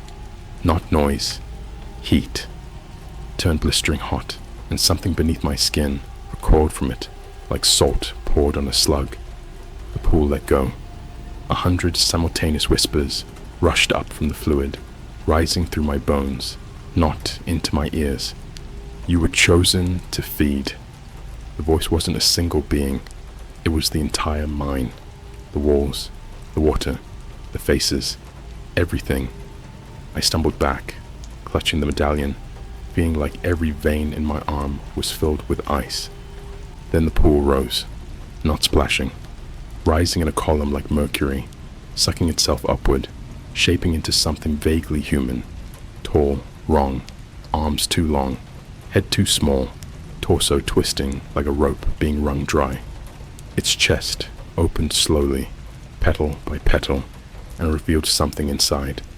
A heart, beating, human, suspended on copper wires, every pulse sending ripples up and down the creature's body, like it was puppeting itself using blood. And the heart began to whisper, not like speech, like vein-throbbing murmur. You kept walking. You heard the name. You did not scream. You belong to the depth. The pool creature took a step. I should have died. I should have gone into shock, or collapsed, or clawed at my eyes until I never saw again. Instead, I listened, because suddenly I understood something no one should ever understand. The mind didn't want my body. It wanted what I remembered, what I would someday become. A scream echoed through the caverns. Raw, human, wet. Quinn. Her voice. Her real voice. Not the stitched grin from the slab. Not the glitching message. A howl from somewhere deep in the tunnels that sounded like someone realizing they would never be found. It was coming from above. I staggered backward and bumped into something. A railing. A ledge. A spiral staircase climbed the chamber walls, welded steel and rebar, disappearing into darkness overhead. I took the first step, then the second, then the 10th.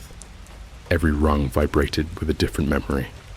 My college dorm, the break room at Amazon, the bus stop near the Starbucks, where Quinn posted her story. Images burned into the metal itself. They weren't mine. They were stolen.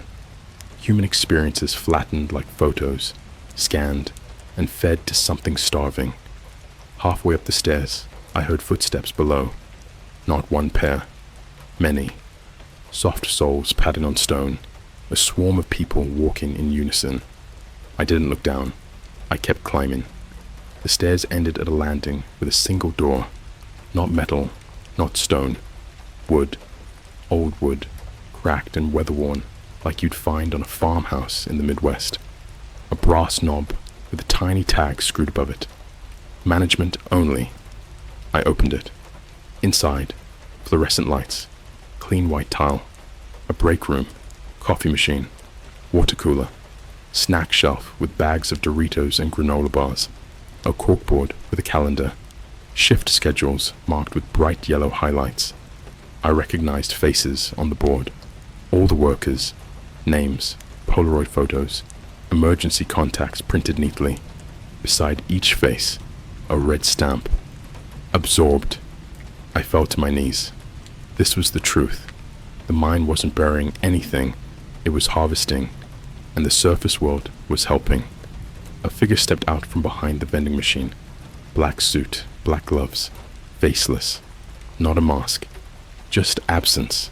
Like someone cut that part of reality out with a box cutter. They spoke in a perfectly calm, corporate voice. We appreciate your commitment. We rarely find candidates who reach this far. You will be compensated. I tried to speak. I couldn't. The figure continued. The contract is eternal. You were never hired. You were claimed.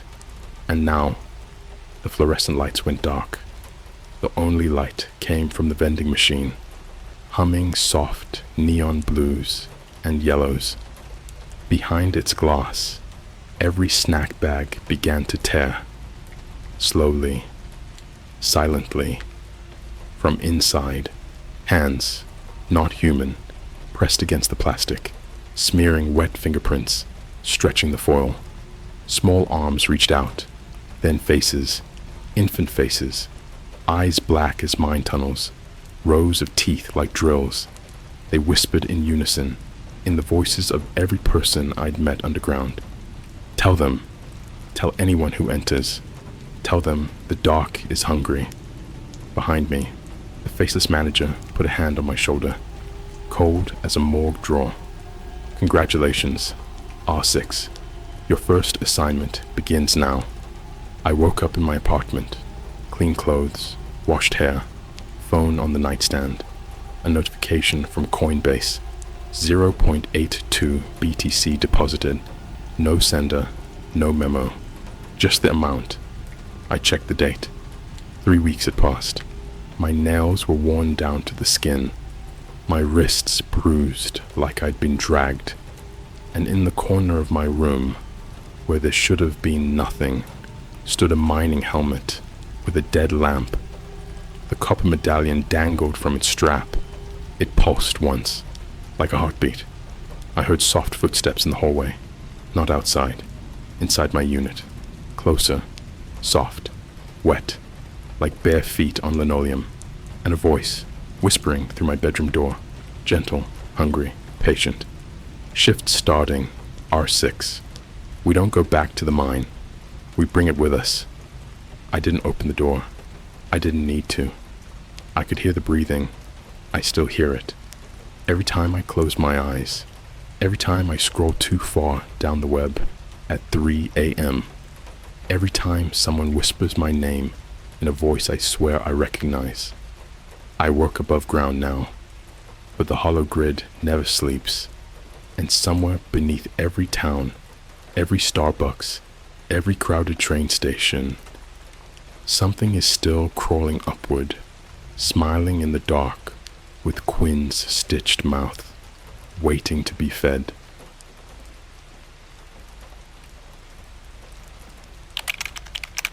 I was hired through a dark web listing to test a prototype at Google's secret lab.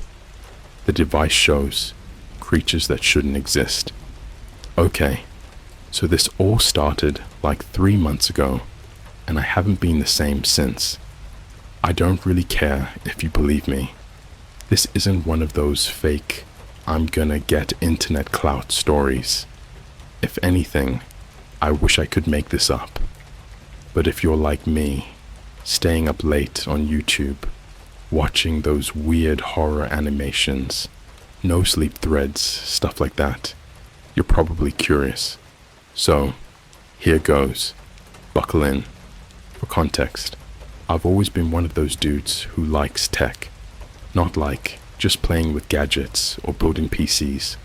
I'm talking about digging deep into forums, beta testing apps before they drop, following rabbit holes through GitHub repos no one's touched in years, stuff like that. That's how I ended up on this Discord server called Cesio D3D M1 Rag 3.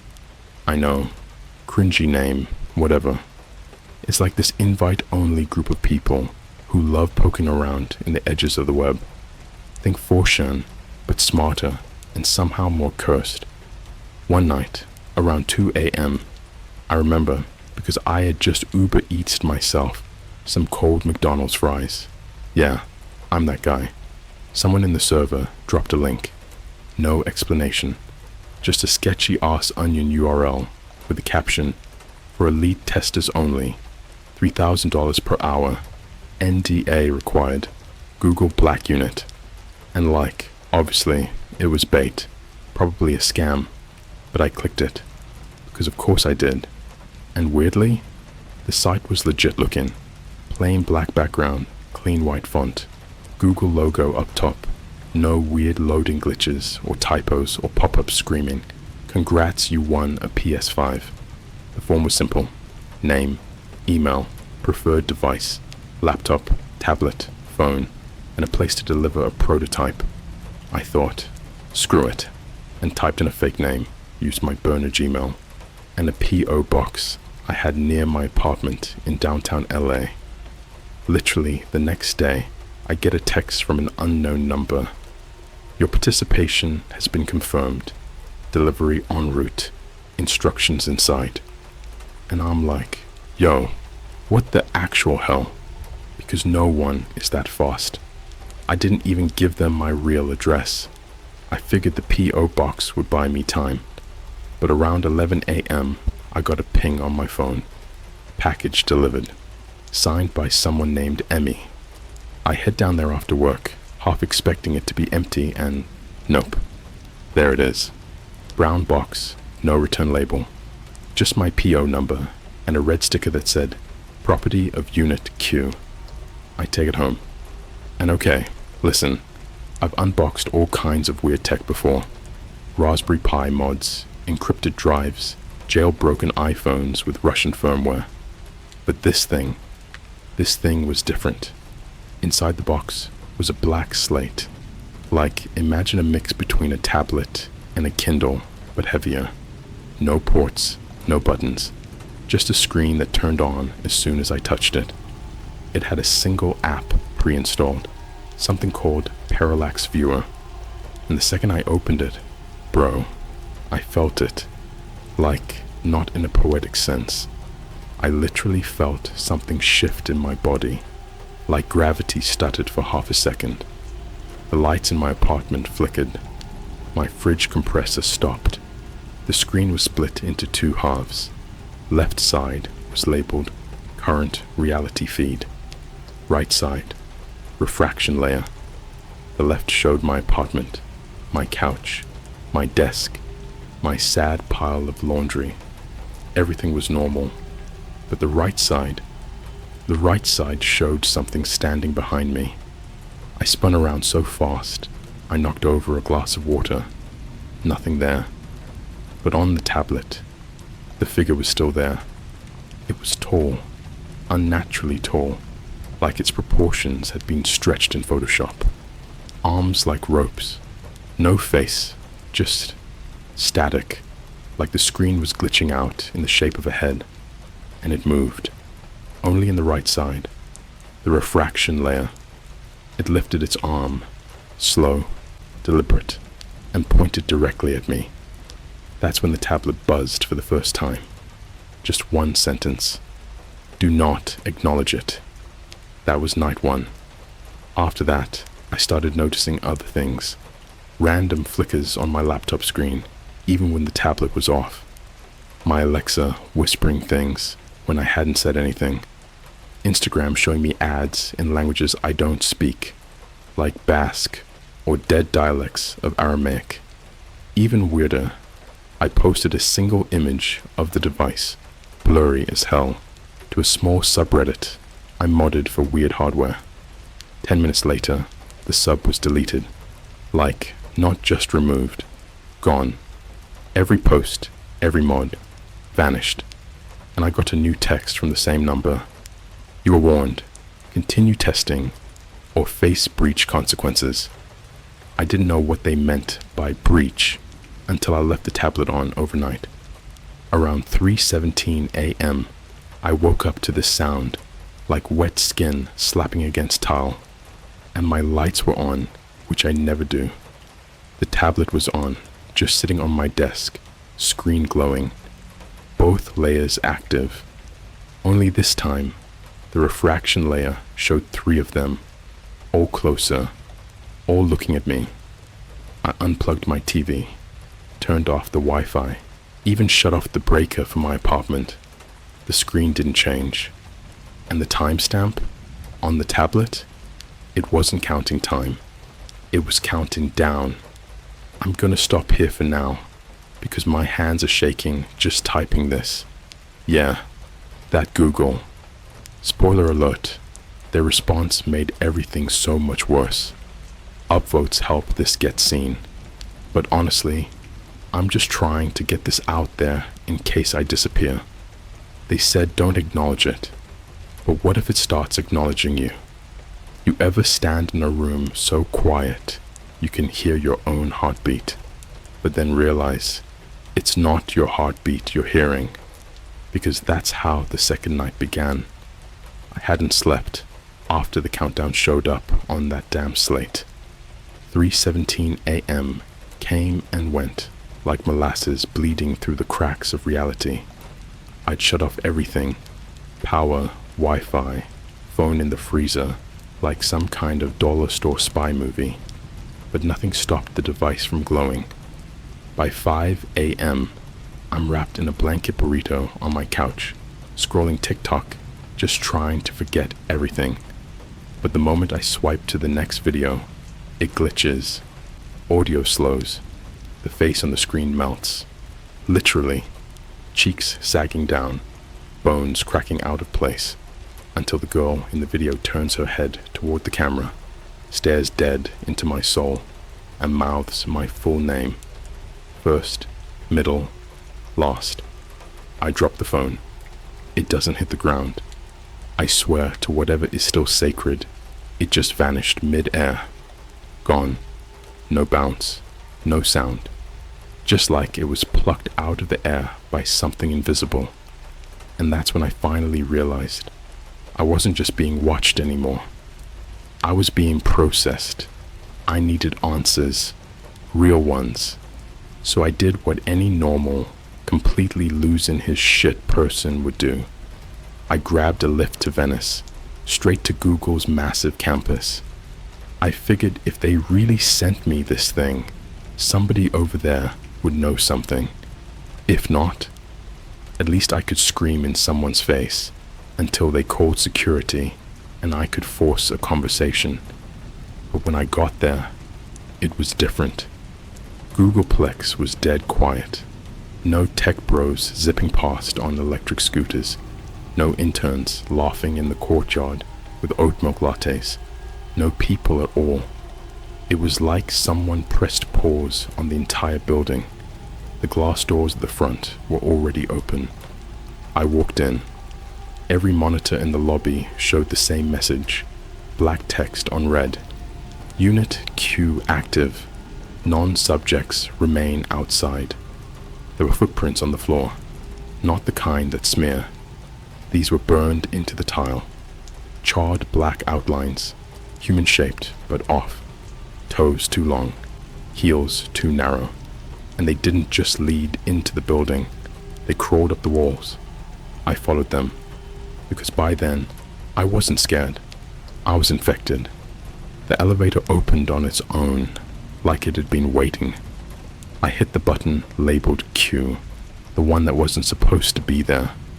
No floor ding, no movement, just a descending hum, like I was being dropped into the gullet of something ancient.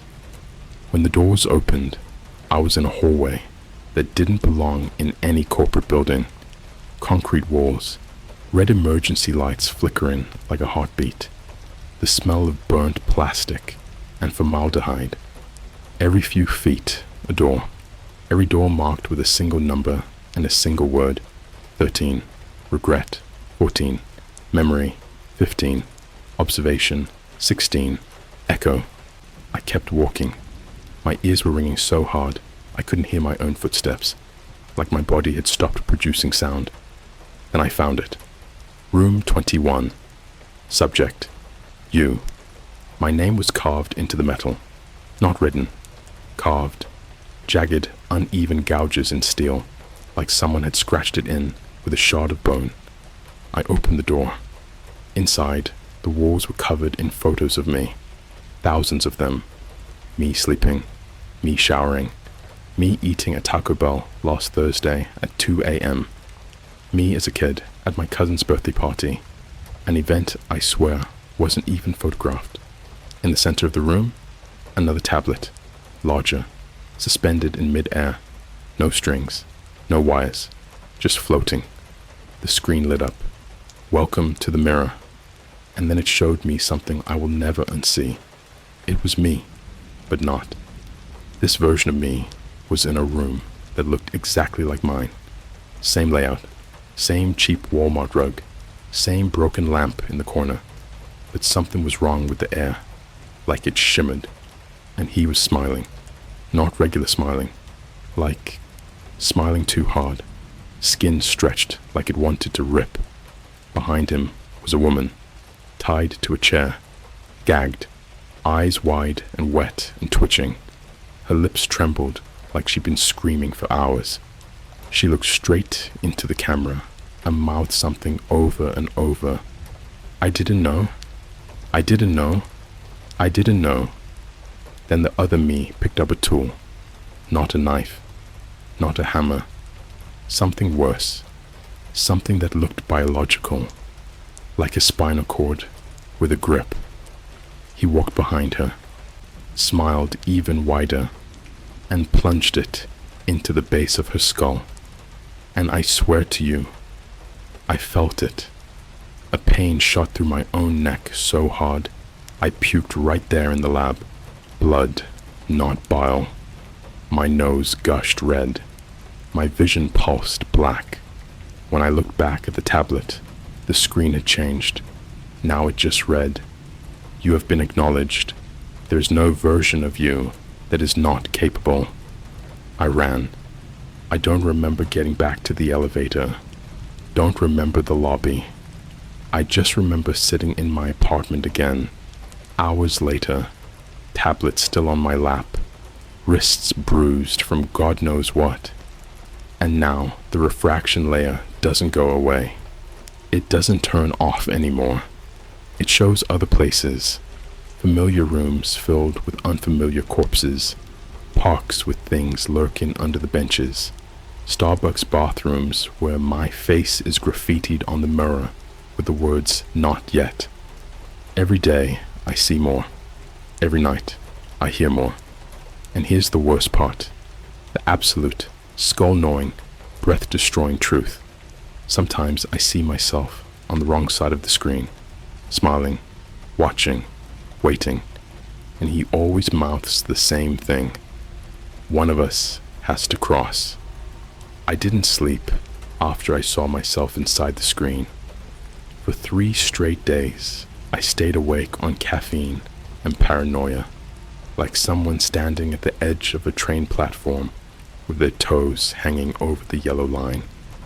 I wasn't scared of the things anymore. Long arms, static faces, stretched silhouettes. No. What terrified me was that they were no longer strangers. They were familiar, like I'd known them before birth. Every reflective surface around me turned into a window, not a mirror. Bathroom tiles, the stainless steel panel on the Target self-checkout, the black screen of a dead iPad in a Starbucks trash can. They didn't show me. They showed him, the smiling version. And every time I blinked, he was closer. I got desperate in a way only people who are already broken can get desperate.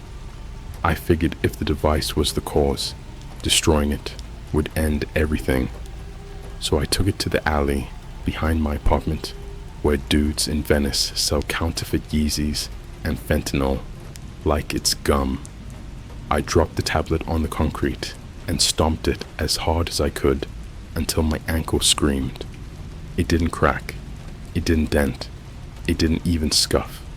Instead, the screen lit up brighter than I'd ever seen and displayed a phrase I still can't read out loud without shaking. Crossing cannot be reversed. Crossing cannot be avoided. Choose perspective, or perspective chooses you.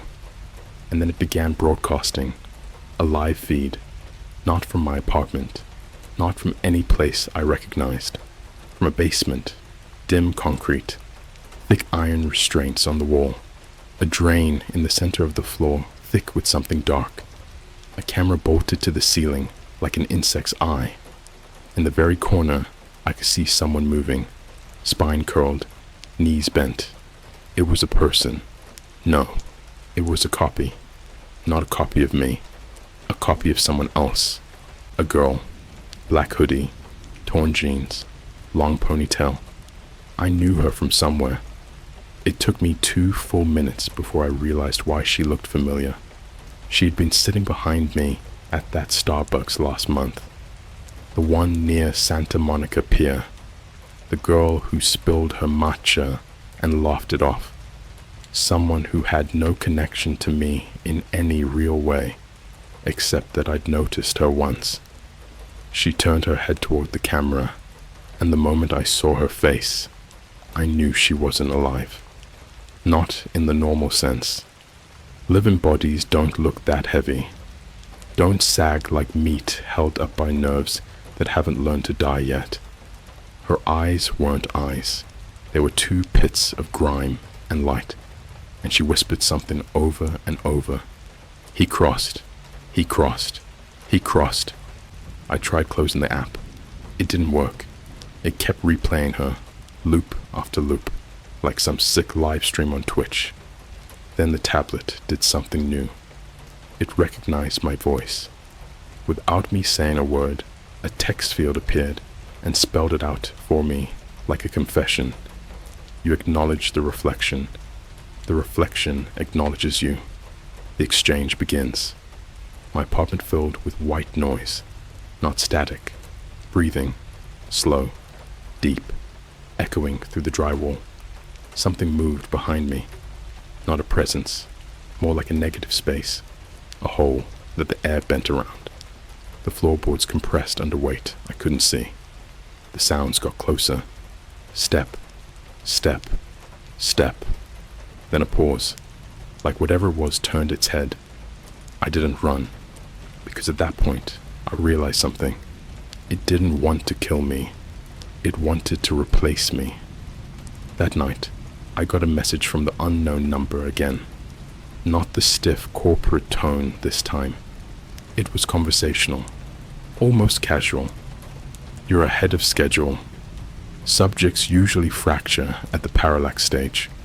You maintained identity. That makes you ideal. The crossing requires someone like you. Someone like me. Someone stupid enough to open a link at 2 a.m. and pretend it made them special. I typed back, "Who are you?" Instant response.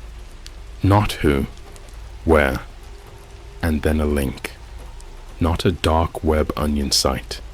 A plain HTTPS link. Google Maps. It took me to a warehouse on the outskirts of LA, right off the 405, near the airport, the kind of place people pass every day without ever looking through the rusted windows. The pin was labeled Unit Q Phase Room. I don't know why I went. Maybe I wanted answers, or maybe I already knew the truth and just wanted to see if it would look back at me. The warehouse was silent, except for the buzzing streetlights outside. When I pushed the door open, the air smelled like old blood and static. Inside was a single corridor with motion sensor lights snapping to life one by one. The walls weren't painted, just layered with scratch symbols I didn't recognize. Thousands of lines crossing over each other like ant trails. At the end of the hall, there was a glass chamber. Inside it, my reflection, not on a surface, not on a screen, standing upright. He was barefoot, wearing the same hoodie I had on, same scars, same little birthmark on my wrist, except he wasn't smiling this time. He looked sad, like someone who'd already lost. He pressed his palm to the glass, and the moment I lifted mine, the tablet buzzed in my pocket. The mirror does not show you. It shows the part of you that survived somewhere else. Crossing is mercy. There was a speaker above me. It clicked on with a soft hiss. A voice came through. Calm, human, maybe female, maybe artificial. Step forward and breathe. He'll do the rest. I didn't. He did. The reflection stepped towards the glass, and it didn't resist. It flowed, like the material was water wearing a costume. His body seeped through, atom by atom, until we were inches apart. His skin touched mine, and the world convulsed. Not the building, not the ground. Time. My lungs expanded with air that wasn't mine. My pulse drowned under someone else's rhythm. I tasted metal and dust and old rainwater, like I'd bitten into a storm gutter. He whispered into my ear, not through lips, but through pressure on my skull. You died there.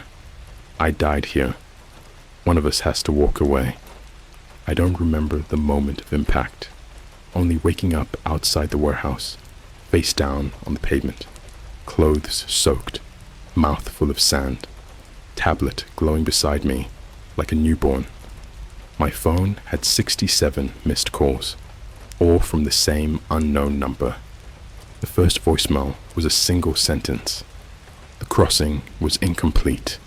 You're leaking into the other side. And I realized then, maybe I'm not the version that walked away. Maybe I'm the version that stayed, because the one on the other side was smart enough to run. The tablet now shows a new word at the bottom of the screen. No instructions, no warnings, just one button, repeat, and I know I'm going to press it, because the reflection isn't behind the glass anymore. He's standing in my kitchen, arms folded, head tilted, waiting, and when he smiles this time, it's my smile. There are two kinds of silence, the kind that makes you feel alone, and the kind that makes you realize you're not. When I woke up after the warehouse encounter, the silence was the second kind. My apartment wasn't quiet. It was listening. Every object felt like an ear. The fridge hummed low, like a throat clearing. The pipes groaned with patient breath. Even the cracks in the drywall bent toward me, like they were bracing themselves for what I would do next. I should have run. I didn't. Because curiosity isn't a hobby. It's a parasite that wears your impulses like a suit. The reflection, the one that stepped out of the chamber, didn't attack me. He didn't scream or lunge. He just sat at my kitchen counter, like he belonged there. Hands folded, elbows steady, head tilted with the calm interest of a doctor waiting for a patient to admit a fatal symptom. He watched me boil water for instant ramen like it was a sacred ritual. The steam curled upward, hitting the stale ceiling light, and for a second, his face blurred into static. Digital noise crawling across his jawline like insects. When it snapped back into shape, he was speaking, not aloud, just moving his lips. I mouthed the words without understanding why. You're leaking. My molars buzzed, like the pressure in an airplane cabin when descending. Except the air wasn't changing. I was. I started losing time. The first time it happened, I blinked from my kitchen sink to the alley outside my building. Night to dawn. Dish sponge still in my hand. Bare feet raw from asphalt. The second time, I snapped back to consciousness sitting cross-legged on a bench outside a 24-hour laundromat. Tablet on my lap, screen glowing with a frozen frame. A hospital bed. Someone lying in it, not moving. There was a ring of people around the screen when I came back to myself. None of them looked at me. They weren't staring at the device either. They were looking beyond it, like they were waiting for something to emerge from the frozen image. A woman closest to me whispered without turning, "You're not supposed to be here yet." I didn't have time to ask what she meant. When the screen unfroze, everyone scattered. The person in the hospital bed, their eyes were open, not in the usual way. They were wide like the eyes of someone whose brain no longer knows how to close them. And I recognized them. It was my mother, except she was still alive, still texting me daily memes, still posting her dumb Facebook recipes. The camera in the feed moved like a body attached to it. Someone stood over her bed, long arms, no face, just a vibrating blur of pixels and breath. Its head lowered as if sniffing her scalp, and then the tablet vibrated with a single message. The reflections do not kill, they adopt. I threw up, on the sidewalk, on my hoodie. I didn't care. The laundromat guy came out to yell at me, until he saw the screen. Then he stopped mid-sentence and walked away. Fast, like survival was older than manners. I couldn't think anymore. Only one instinct remained. talk to her. So I raced home and video called my mom. The screen connected.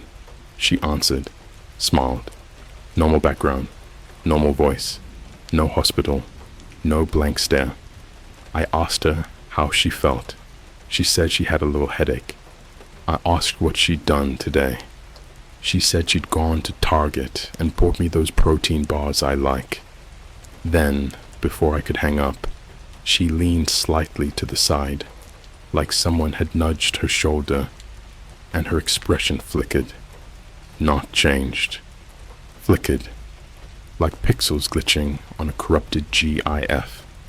The smile was still there, but the corners of her mouth twitched upward like someone was puppeteering her face from behind her spine, and the voice that came out wasn't hers. Tell him I'll see him when the skin cools. The call dropped. I didn't sleep that night. Not because I was scared. I didn't sleep because for the first time since the thing stepped out of the mirror, I finally understood the device. The tablet didn't create monsters. It didn't call them. It didn't pull them from another dimension. It showed us ourselves. Us without the illusions. Us without the compression algorithms we call personality or identity. Us without skin that hides malfunction. The creatures weren't intruders. They were versions, reflections that formed when the world stopped pretending our minds were stable. Somewhere, in some overlapping reality, every person cracked a different way. Some versions drowned, some versions starved, some versions endured. The tablet didn't document the strongest version of us. It documented the version that still existed when everything else collapsed. I found the reflection again the next morning. Not the doppelganger, not the hospital creature, a different one. I was in my bathroom, brushing my teeth, staring at my sink. I blinked, and the mirror above the counter turned into a black-paneled lab window. Bright white lights, rows of gurneys, and bodies strapped down like failed prototypes. I pressed my palm to the glass, hard. The surface didn't feel solid anymore. It felt like elastic stretched to contain organisms trying to push through. Then a man slammed against the other side of the mirror. Not a creature, not an anomaly. A man. Eyes bloodshot, skin bruised, IV lines hanging like vines from his forearm. He mouthed the words, "You crossed wrong." I dropped my toothbrush. It clattered twice against the sink, bounced once on the tile, and then disappeared. Not slid under the counter, not into a crack. Gone. The mirror rippled like water hit by a stone. And then the man behind the glass, the tortured one, grabbed the frame from his side.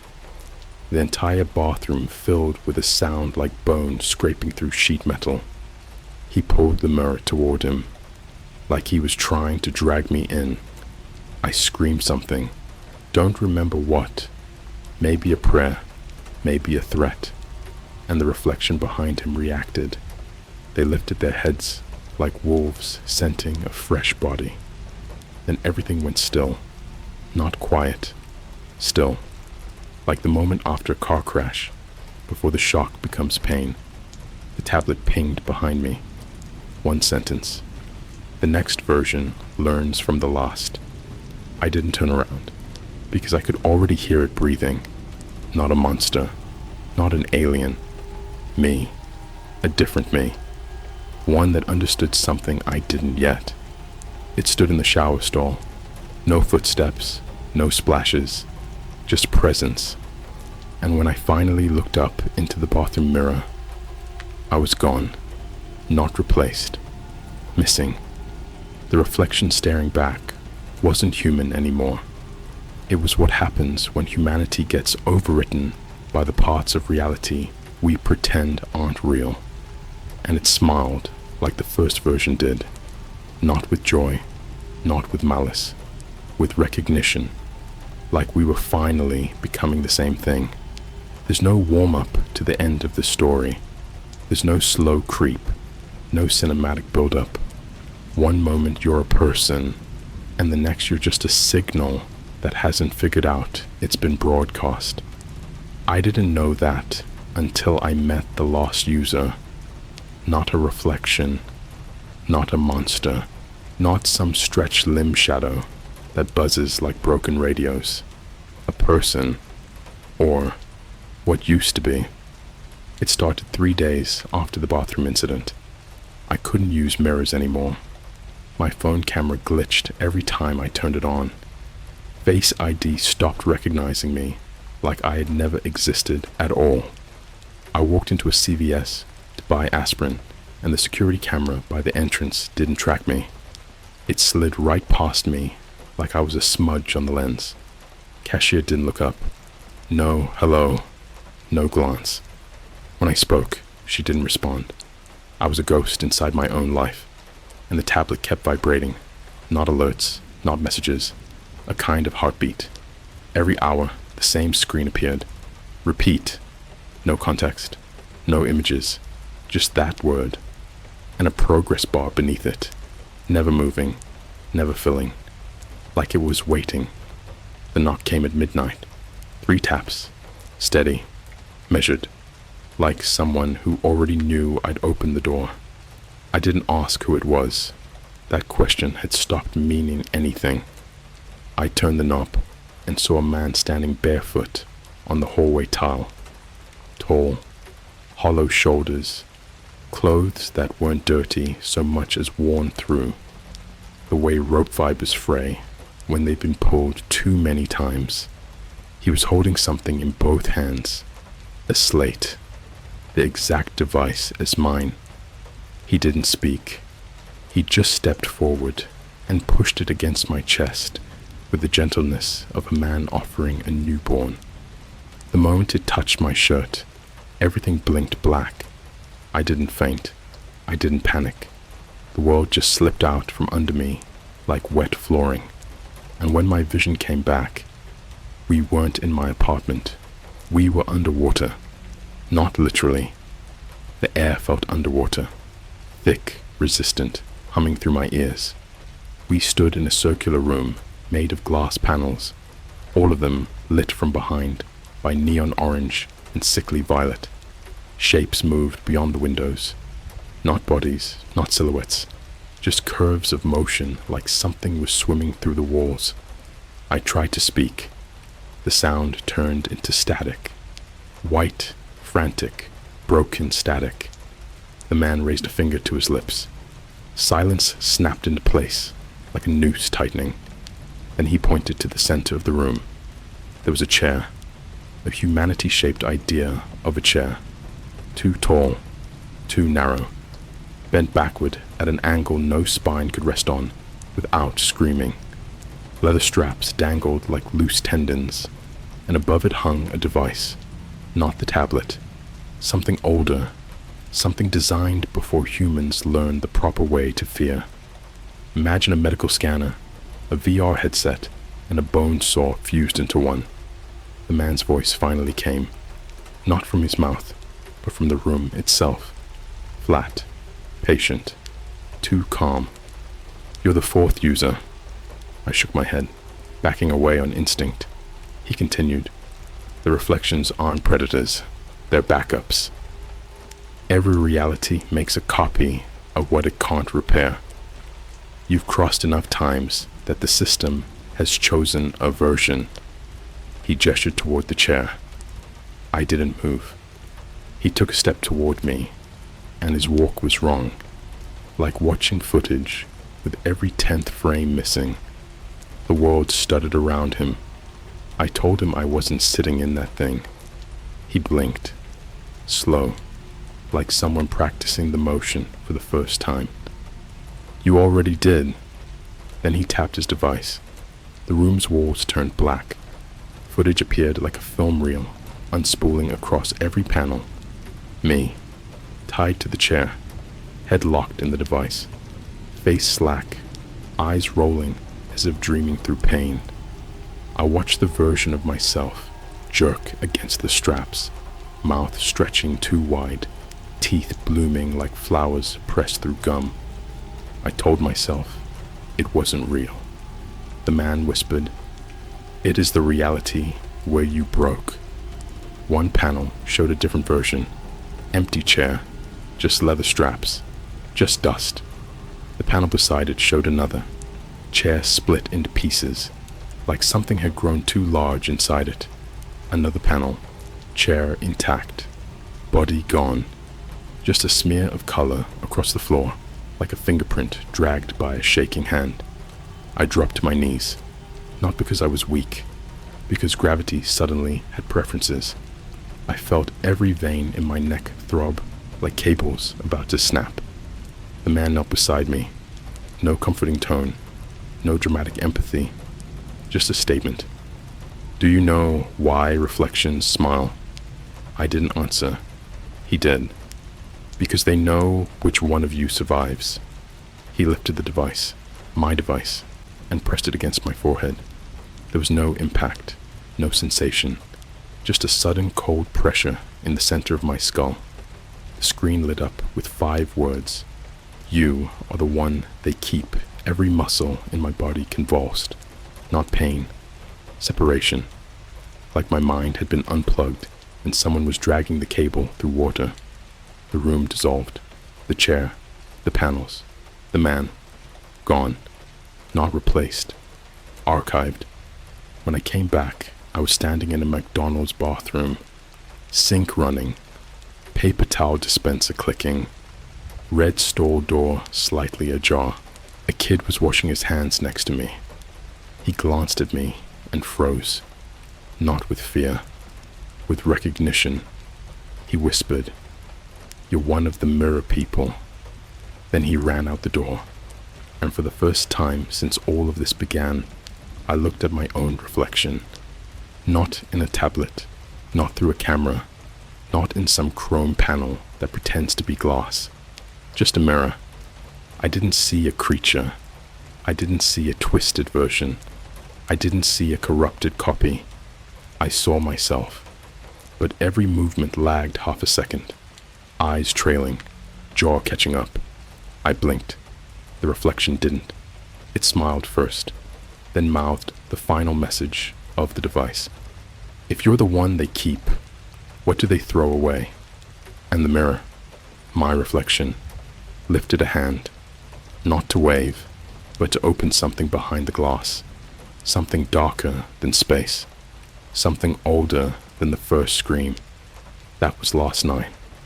The device hasn't buzzed since. But when I pass any reflective surface, shop window, subway turnstile, phone screen, I see it waiting behind the glass, palm pressed against the surface, like a child meeting their own shadow, lips moving in a language you only understand once you've crossed. Repeat. If you can still see yourself clearly, stop reading. You're not ready to be chosen.